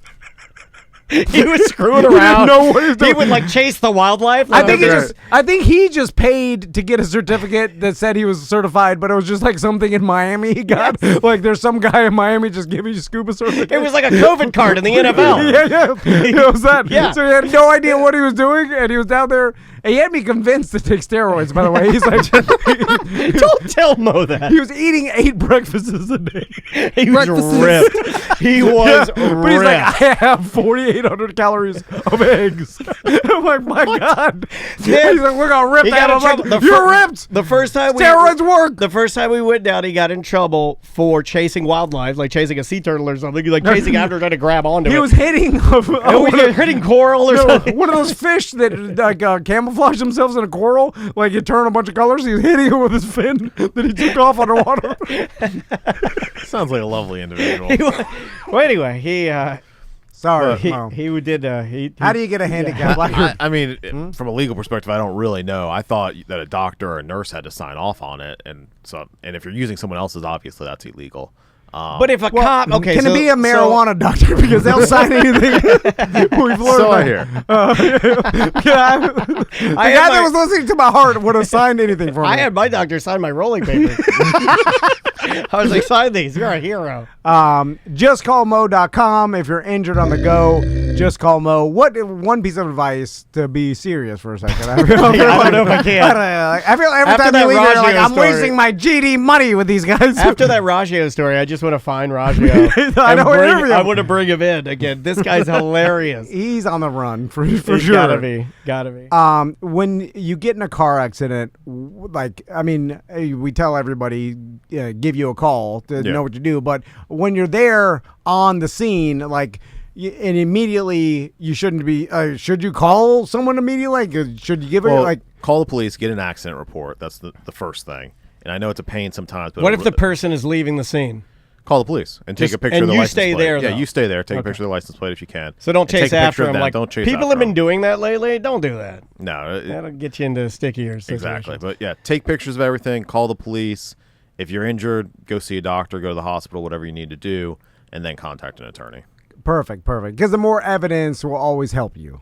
Yeah. Absolutely, yeah, because we have to recreate the accident scene in a lot of cases. So the more pictures you have, the easier our job becomes. Perfect. Mo, thanks so much again for It's everything. always a pleasure seeing you, man. You Are as we well. going to see him before the holiday? I think this is because we only have one more week of recording, which we're we're booked- putting ourselves booked to through the gills. This is a rough one. the gauntlet. So I think we won't see it till next year. So All right. have a good holiday. Well, now we're going to well. go around the room and everybody say one thing they really like about Mo. How's Elizabeth doing? She's good. She just got back from Colombia. Oh, awesome. How about you don't ask about Mind people your that have, business. it's not your family anymore. No, she guys consider her family. Yeah, Now, that once ship has sailed. No, once That ship is good day. That's what I would do. I'd be Threw her out on like, the she street has and now no he bit. pretends like he cares. Elizabeth has respectfully asked me to decline all you asking about how she's doing. Good day, sir. That's what I do. I slam the door in your face. All right, we'll take a quick break. We'll be back with more Corporate Time. Welcome back to A Corporate Time with Tom and Dan. I'm Dan. I'm Tom. Let's do voicemail email. All right. If you would like to leave us a voicemail message, anything is on the table. If you have a question for the show, you can email us show@tomandan.com. That's an easy way to do it. If typing's not your style, you can leave us voicemail messages. 2 ways to do that. You can get our free app. We're actually on it right now. Just wherever you get your apps for your smartphone, just search A Mediocre Time or Tom and Dan. It'll pop up for both Android and iOS, which is Apple products. You can do it that way, or 1-844-TOMNDAN. That's 1-844-TOM, the letter N-D-A-N, and leave us a voicemail message there. You know what? Before we start, since we just had Mo on, I love Mo. I started thinking of the best. What's the equivalent of winning the Super Bowl for an attorney? And I was like, well, winning a big case, it's got to be up there. But then I thought of something even more, where it's like if you defend something like criminal defense, right? Someone who's obviously guilty, and in the Are you eyes. talking about Jose Baez? No, that's what I was going to say. Yeah, I'm talking about but I didn't want to say that as my answer. But it was great for him. No, it wasn't. No, but I'm saying that's the Super Bowl. No, it's not. Of Too much negativity. too much negativity. But So you can't compare it to the Super Bowl because the Super Bowl, you're not going to You're win right. it and get the negativity. well, See what I'm saying? That's a bad comparison. Well, for a criminal defense attorney, that's what I'm saying. Like you did, And a guy that was a public defender. yeah, you did what seemingly was impossible, and You pulled it off. and you pulled it Yeah. off. So it's like no matter what you think about it, still his job was to get someone off of charges, and he did. BDMX And- Con and- says, what about Supreme Court? Like, if you made it to the Supreme Court, I still feel like Jose Baez, what he did, and like even like the OJ attorneys and stuff, or like really those are the two things there's- about. See, I just don't. It's too negative. I feel like. It is, but as your job as a defense attorney, even no matter, like, we live in a system that everybody deserves a defense. What about right? a prosecutor that doesn't have a body, but it's a murder case? Those are super hard to win. True. Rare. Although, I guess it's not. All in That circumstantial to evidence. me It doesn't feels have more the- Super Bowl than this. Yeah, I agree. Just because of the negativity, but I love that we're kicking this around because I love your answer because I can't Because you're like- fully say you're wrong. all the evidence is stacked against Yeah. you. You got him off. You're like, wow. Like that's Yeah. We also. also love hate that, right? Like there's a part of us that goes, well, and I think I'm honest when I say this. I think most people, when you look at like a Casey Anthony, you look at that and think if that were you, oh my God, I dodged a bullet, right? If it were you, you'd be like, oh my God, I obviously was guilty and got out of that, right? I mean, I think most people look at that and think there's no way in hell that it should have happened. So does that play in to it? That's what makes it more sinister, right? Is that we feel like, well, even though you did do that service, you won the Super Bowl, you still did something sort of wrong because you're keeping a person that we all know is guilty out of prison. Yeah. But again, though, it kind of lends credence to our system where it's like, well, Right, the system is like in place for that, it, yes. It kind of worked in a way where it didn't work, but technically it seemingly worked better than I thought of. Like I thought the jurors would just disregard the logic of like, hey, if you don't have the proper evidence, you can't convict this person. I mean, guilty at of its it. very least, it You know. inspires people that are public defenders that are going into cases that seem like impossible to win, right? It also lends more credence to the actual juror itself that they were cognizant of the letter of the law, even though they've been hammered into them, like you can't find someone guilty unless it's reasonable. All the I would just think a group of people would be like, yeah, I know all the evidence. And technically, we shouldn't be able to find her guilty, but we all know her guilty. You know what I'm saying? That would be more scary, I guess, because then you're taking the way things Yes, work. that's terrifying. Even though that's how we want it to work, we're like, Yeah, what? no, that's the feeling. What? That's feeling. Yes, That's yeah. emotion, right? Yeah, but there's It's a lot odd. of dumb people in this world. I've said this a million times. well- I hope I never get falsely accused of something because I do not trust a jury of my peers. Terrifying. No, right? well then Yeah. there's the avalanche of people that are falsely convicted Oh, yeah. because of a bunch of jurors that were racist or whatever, bad ignorant, people, didn't yeah. pay Or attention, just dumb. So there's a lot more of You that. don't have to take an IQ test to be a juror. Yeah. You're right. It's still scary. Anyway, let's do some voicemail. Okay. Did we? No, we didn't do one, did we? Let's try this one. Tom, Dan, Sam, Trav, TMD crew, BDM Mike, listening to the ACT best ofs this week, and Dan, buddy, you audiobook Captain Albertson.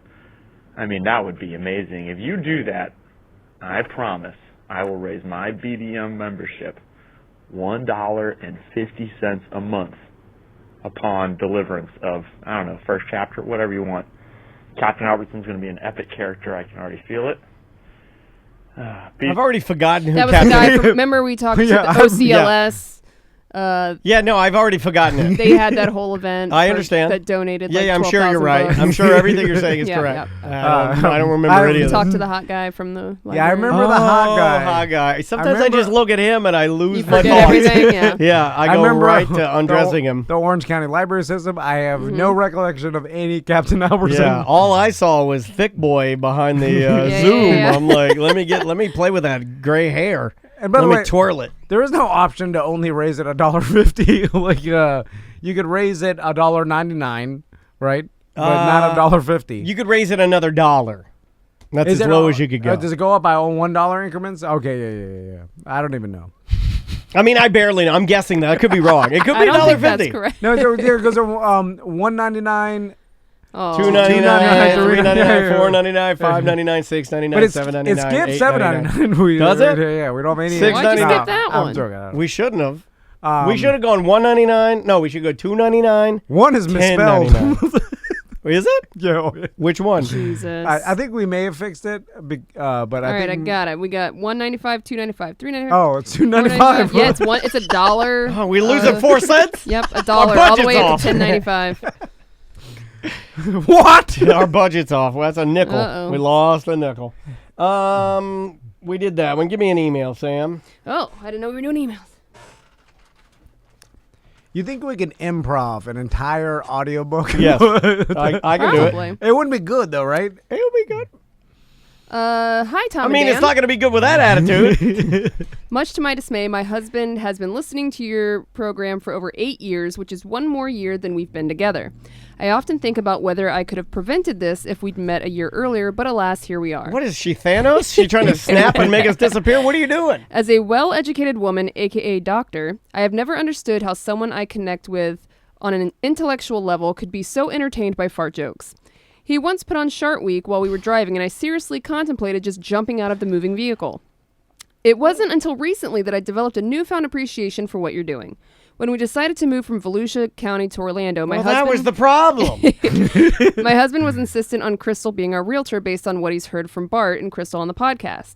As it turns out, Crystal is hands down the best realtor we've ever worked with, but it doesn't stop there. After being forced to listen to hours of Seth and Dan talk about their anxiety, I was getting immense anxiety myself as all the little minor repairs after we moved started adding up. I felt consumed by the to-do list, didn't know where to start, and was worried about it, and it's going to be hard to get some companies to call me back for smaller jobs. It was then that my husband showed me your hookups page. One by one, I found everything I needed. AC, plumbing, cleaners, even a handyman. As my to-do list started to get checked off and I met the people who were BDMs themselves at each service call, I was extremely grateful for not only the sponsors you've carefully curated, but the community you've built. Oh my God, is So this lady thank going you. to sleep with us? But also, one last thing for the suggestion box. As someone who also suffers from severe hypochondria, can you work on getting some doctors as sponsors? Wait, you are a doctor. Why don't you sponsor us, Dr. Hypochondriac? You're a doctor and hypochondriac. Weird. That's awesome, though. I'm Dr. Hypochondriac.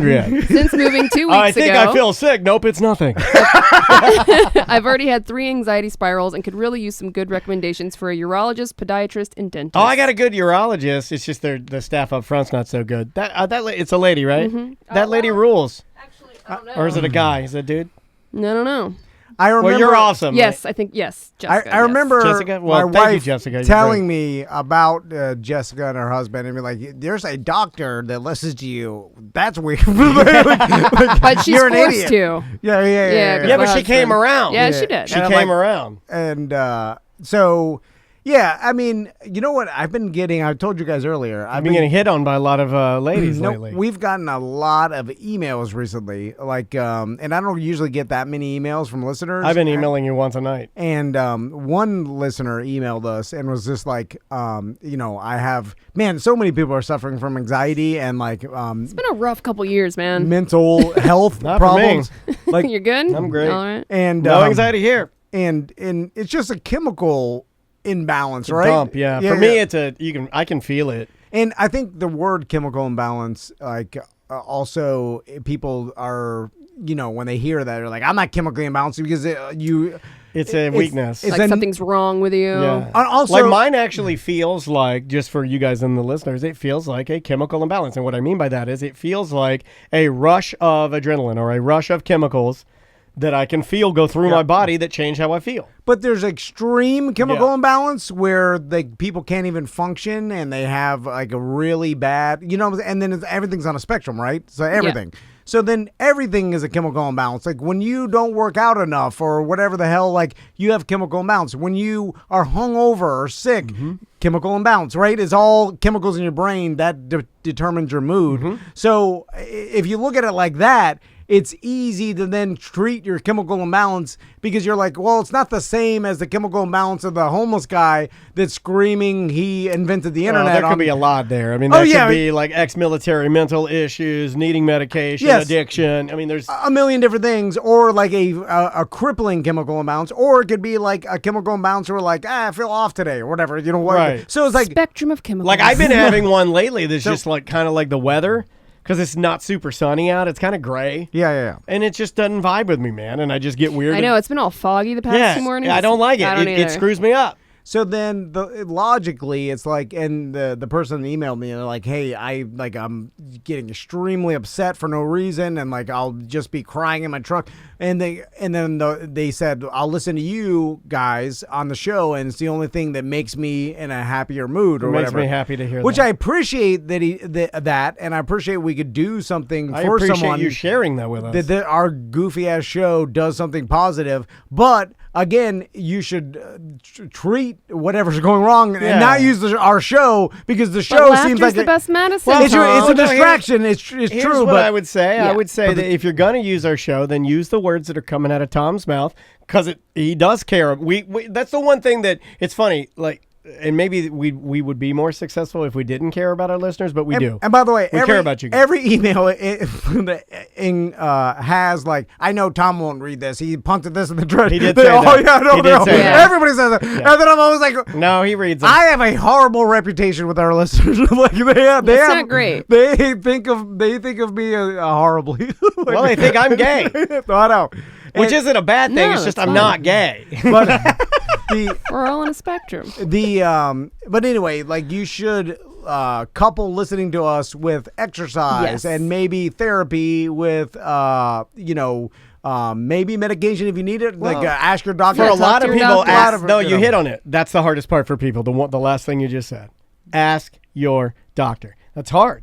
It is hard for people to go in there and be honest with their doctor. To admit that you got something going on. We have gotten to a point where... Especially when it's in your brain, Well, right? for dudes, it's ridiculous, right? Like, if you go to the proctologist or you go to urologist and they do they check your prostate, you're gay, right? Everybody knows that. You can't have finger in your...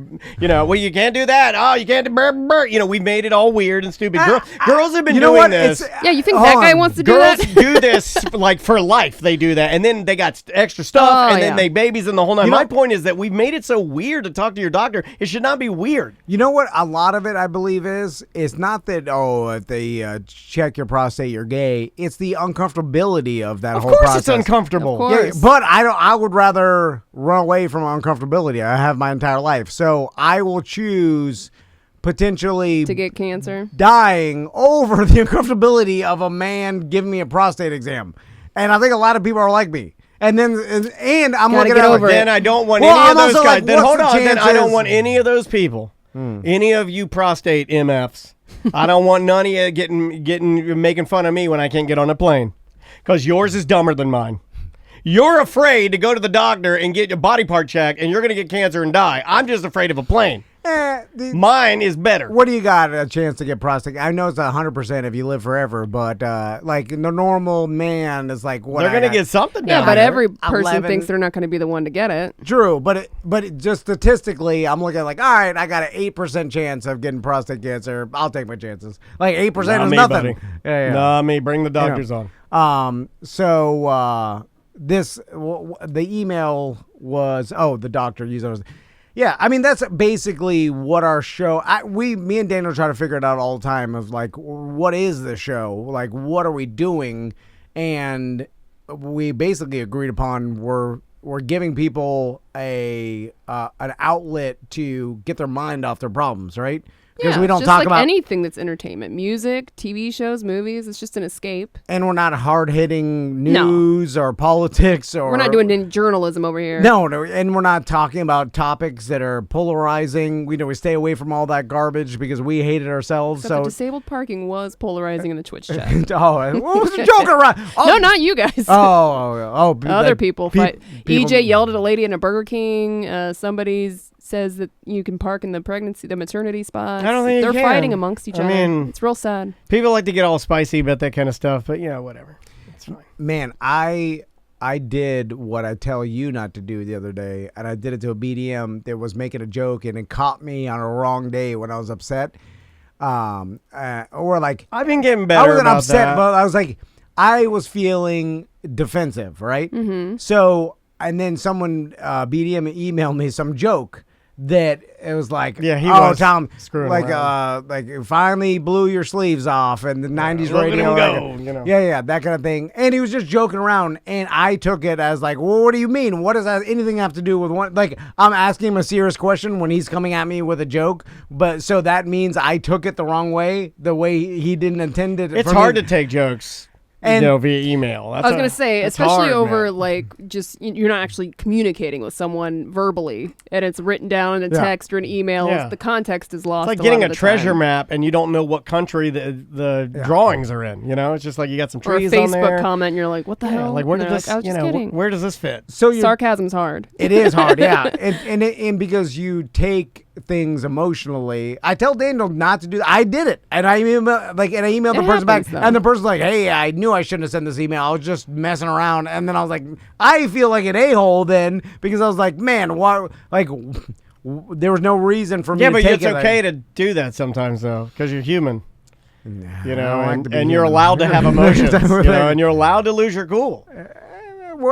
I would rather be a robot. Which, Yeah, but like, you know, maybe somewhere in the middle of both of us would be nice, you know? there's Between overly emotional and emotionless. There's some European movie that's subtitled out that my wife wanted to watch, and it's about in the future, like they'll manufacture a robot husband for. Like, I don't know if I were you, I wouldn't watch that one. Oh, and then she's watching it, it's all subtitled. I'm like, is this the reason you want to watch? You this? watching this about me? I can't read what's on that screen, but if I get Daniel to read it to me, I'm tell you what. But then she ended up falling in love with a robot. What, your wife companion. did? No. Oh. And then I was like, yeah, see, you could eventually fall in love with the robot and understand his robot ways and the way he thinks.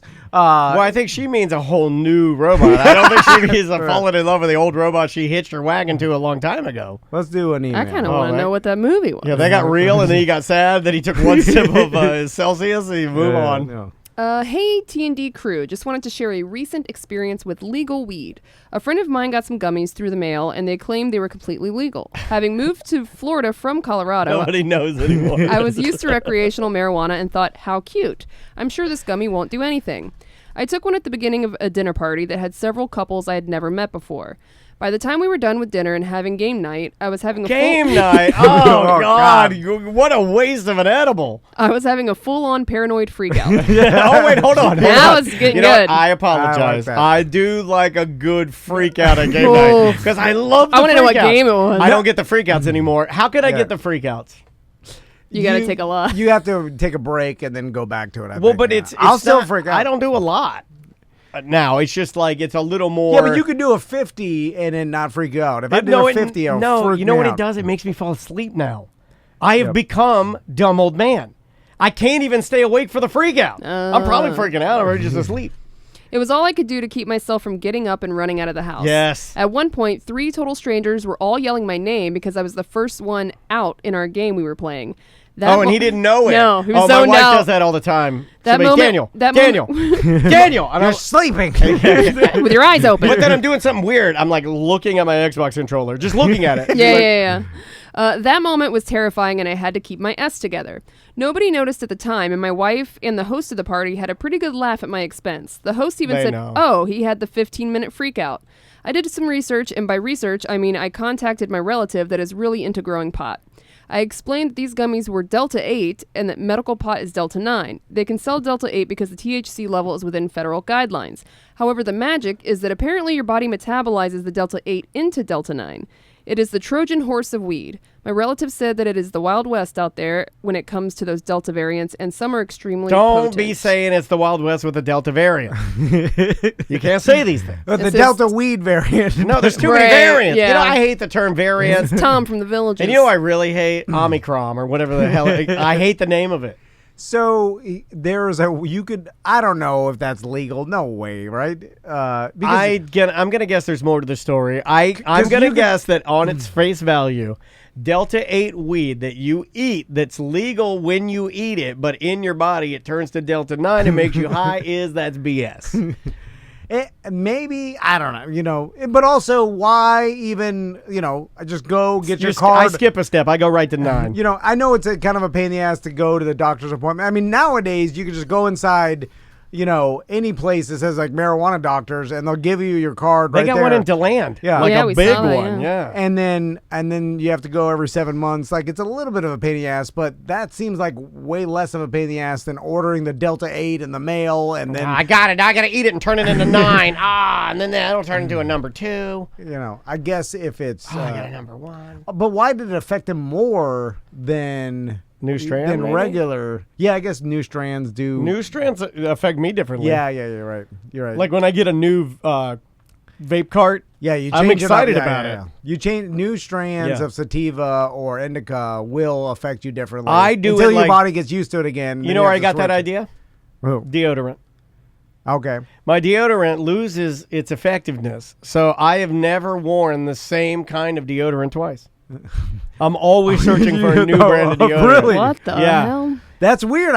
Normally you're a It tried works and better. true. No, it works better when you go around because the little Do you ever shavings circle of back around? Yeah. I'll circle back around, but the little shavings of aluminum or whatever I'm pushing into my pores, it will gotta get the eventually give me. non-aluminum Nah, ones. it doesn't work. It's like the sunscreen that doesn't have any chemicals in it. Yeah. Tom's right. You It'll put make that- you sweat still, yeah. Yeah, There's no, you- antiperspirant You literally in it. get sunburned and you're But just you don't white. stink. Yeah, it's like CBD without any THC. What are Yeah. you doing? Like, that ain't doing nothing. Even CBD with a little THC. I'm Yeah, like, yeah. put a little more. A little more. a little more. A little more. And stop. Put enough so it's just mainly all THC. Yeah. Then it'll work. You know, why go CBD heavy with a dash of THC when you could go all THC with just a dash of CBD? Yeah, that's what then I tell my wife, like, it's CBD in there.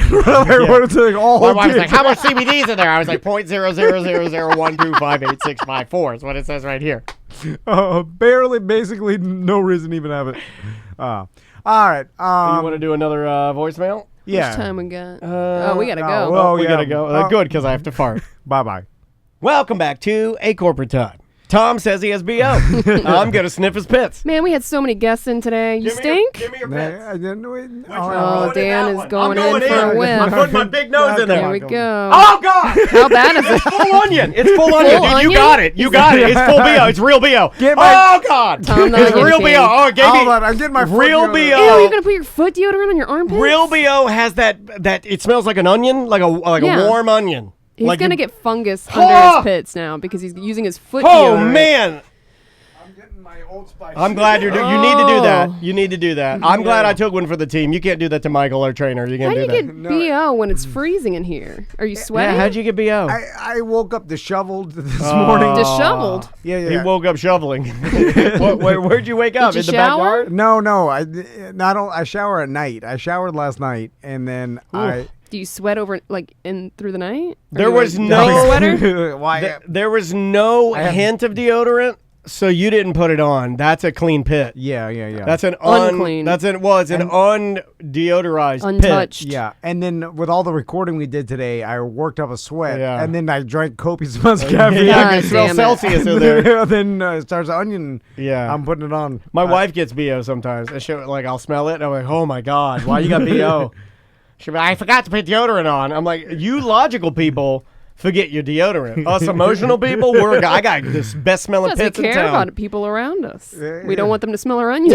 Tom and Andrea line up when they make decisions and stuff. My wife and my business partner make a lot of logical decisions, and they're very much the same person. But you both, and my wife's going to be really mad I'm blowing up her spot, but my wife will forget her deodorant, and you forget your deodorant. I don't know why you guys forget your deodorant. You're logical. You're supposed to know you wear the deodorant. Salty Captain John in the Twitch chat says That's that a great name. It is good. It says, does Tom have the hangover sweats? You Were got you hangover little sweats? White Claws last night, buddy? No. Where'd you go? I mean, Lime, my grapefruit, lime, grapefruit, grapefruit. It's my normal, 6? wind down. Wind down Wednesday. It's my normal Ah. wind down Wednesday. These kids are driving me crazy. I'm just a mommy blogger. Wind down Wednesday. Yeah. Then I got to take it up Tuesday. Yeah, throw it back Thursday, freak out Friday. The problem is I just have no routine. Sodomy Saturday, which is a weird It's one. weird that your wife forgets because she's does. the most organized routine person. So it must be something in our nature. Like your wife doesn't care about herself either. She cares about other people. Yes. So like Even though but you don't want to smell to other people. I don't, but I don't like. She would be more concerned about me not putting on deodorant than her not putting on deodorant. Do you see? Like you neglect yourself. It's a sickness, and I don't ask for it. That's the misconception that I think a lot of people want. They're like, "Oh, will you make her do that?" I'm like, "Nope." Now, that's how she's wired. This is an important question. Once She you in already, there? I don't want her to yell at me. Once you already have BO, can you just? No, you can't go over. You're it. just masking Okay, it. yeah. So I have the BO. Like you've already stepped like in mud Febreze and then you after put your shoes on. Okay, yeah. So they can't tell you stepped in mud. But now it's going to be a mixture of onions and spice. You guys, sweet pits, which means they're a little stanky. It's like if somebody sugared a turd. You know what I mean? Like you put honey on a turd. Do I go into the bathroom and wash my armpits? You have to go take a shower. Well, if you do that, then you're going to have to reapply more deodorant after you bathe your Now, when pits. I was in high school and forget deodorant, I would use. We had the soap dispensers that had the little metal thing. Oh yeah, I used to do that. Clear Channel. I would tap. I'd get a handful of soap and then I'd slap it like you're slapping a woman that you're about to sleep with down there. You know, you pat it. You pat it. And then you put your shirt on. Yeah, and then I go the other side. Ew. No, but you gotta. And then I would keep my pits low because I used to sweat a lot more. Remember when I was fatter? Oh yeah. And I would keep my pits tight, and then I would lock. Once my arms are down in that position, and I had the soap from the bathroom, Clear Channel bathroom on them, I would lock them. You can lock them in place. It's like, and now they're locked. And like I would move and then I do the show with Drew for 4 hours, and never move my arms. Then you can still move your bottom. Yeah, you could swivel, but don't lift those pits because every time you lift it, you could feel them on stick and stick. And a couple times I kind of caught it where it almost felt like the soap was making a bubble. Why don't some people smell their own BO? Like I smelled it. I was like, oh God, it stink. I stink. Like why? It's just like people that smoke cigarettes, they can't smell it, but everyone around them can. It's every once you in get a while. used to your own Is scent. that like And everyone has a natural smell anyway, not just BO, just like a natural smell. You don't smell your own self. I guess you're right. Yeah. It just you think that. Oh, we got a lot of people in the chat room that are talking about their like mom or their stepmom or aunt and uncle that love the rock deodorant. The salt rock the natural stuff. No, none of that stuff works. Nothing natural is good except for nature. But natural products are garbage. There are some people that have such bad BO that they'll literally stink a room up and then ruin it forever. for hours. There's They'll a be like, weird, oh my God, the guy was in here.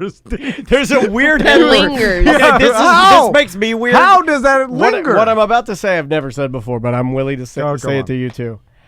I have a weird admiration for those people. Like, they leave their mark. Yeah, it's like art. Like they come into a room, they do. You and I are channeling a guy. And this person did some work, and he went into our old studio 2 studios ago. This is years and years ago. This is like 11 years ago. And after this person left my home, I looked at Tom, he looked at me, and we knew what we had to do. We had to burn the house down. Like we knew that it would we would never be the same. And that studio, I believe that studio stayed smelling like that. And I won't exaggerate, but I want to give it 3-4 days. How does it permeate? Don't know. Like your own BO stink. How can it be that powerful? Pungent.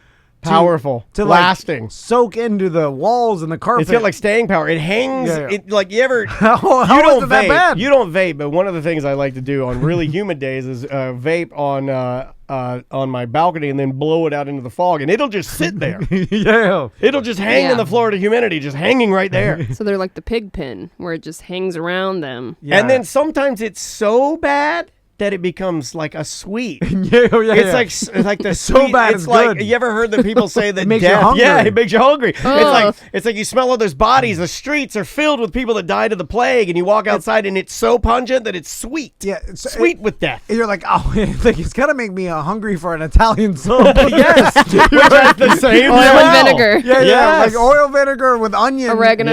It's a dressing. You're like, oh, that dressing. Your pits smell like dressing.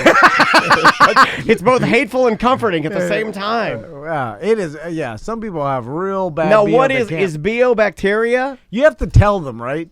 You have. Yeah. No, I don't tell Someone them. had to have told No, them, and I- they learn? I've never told anybody in my life. I may have big talked on the show and lied about it. I've never once told somebody that had BO to their face that they had BO. Not one time. Yeah.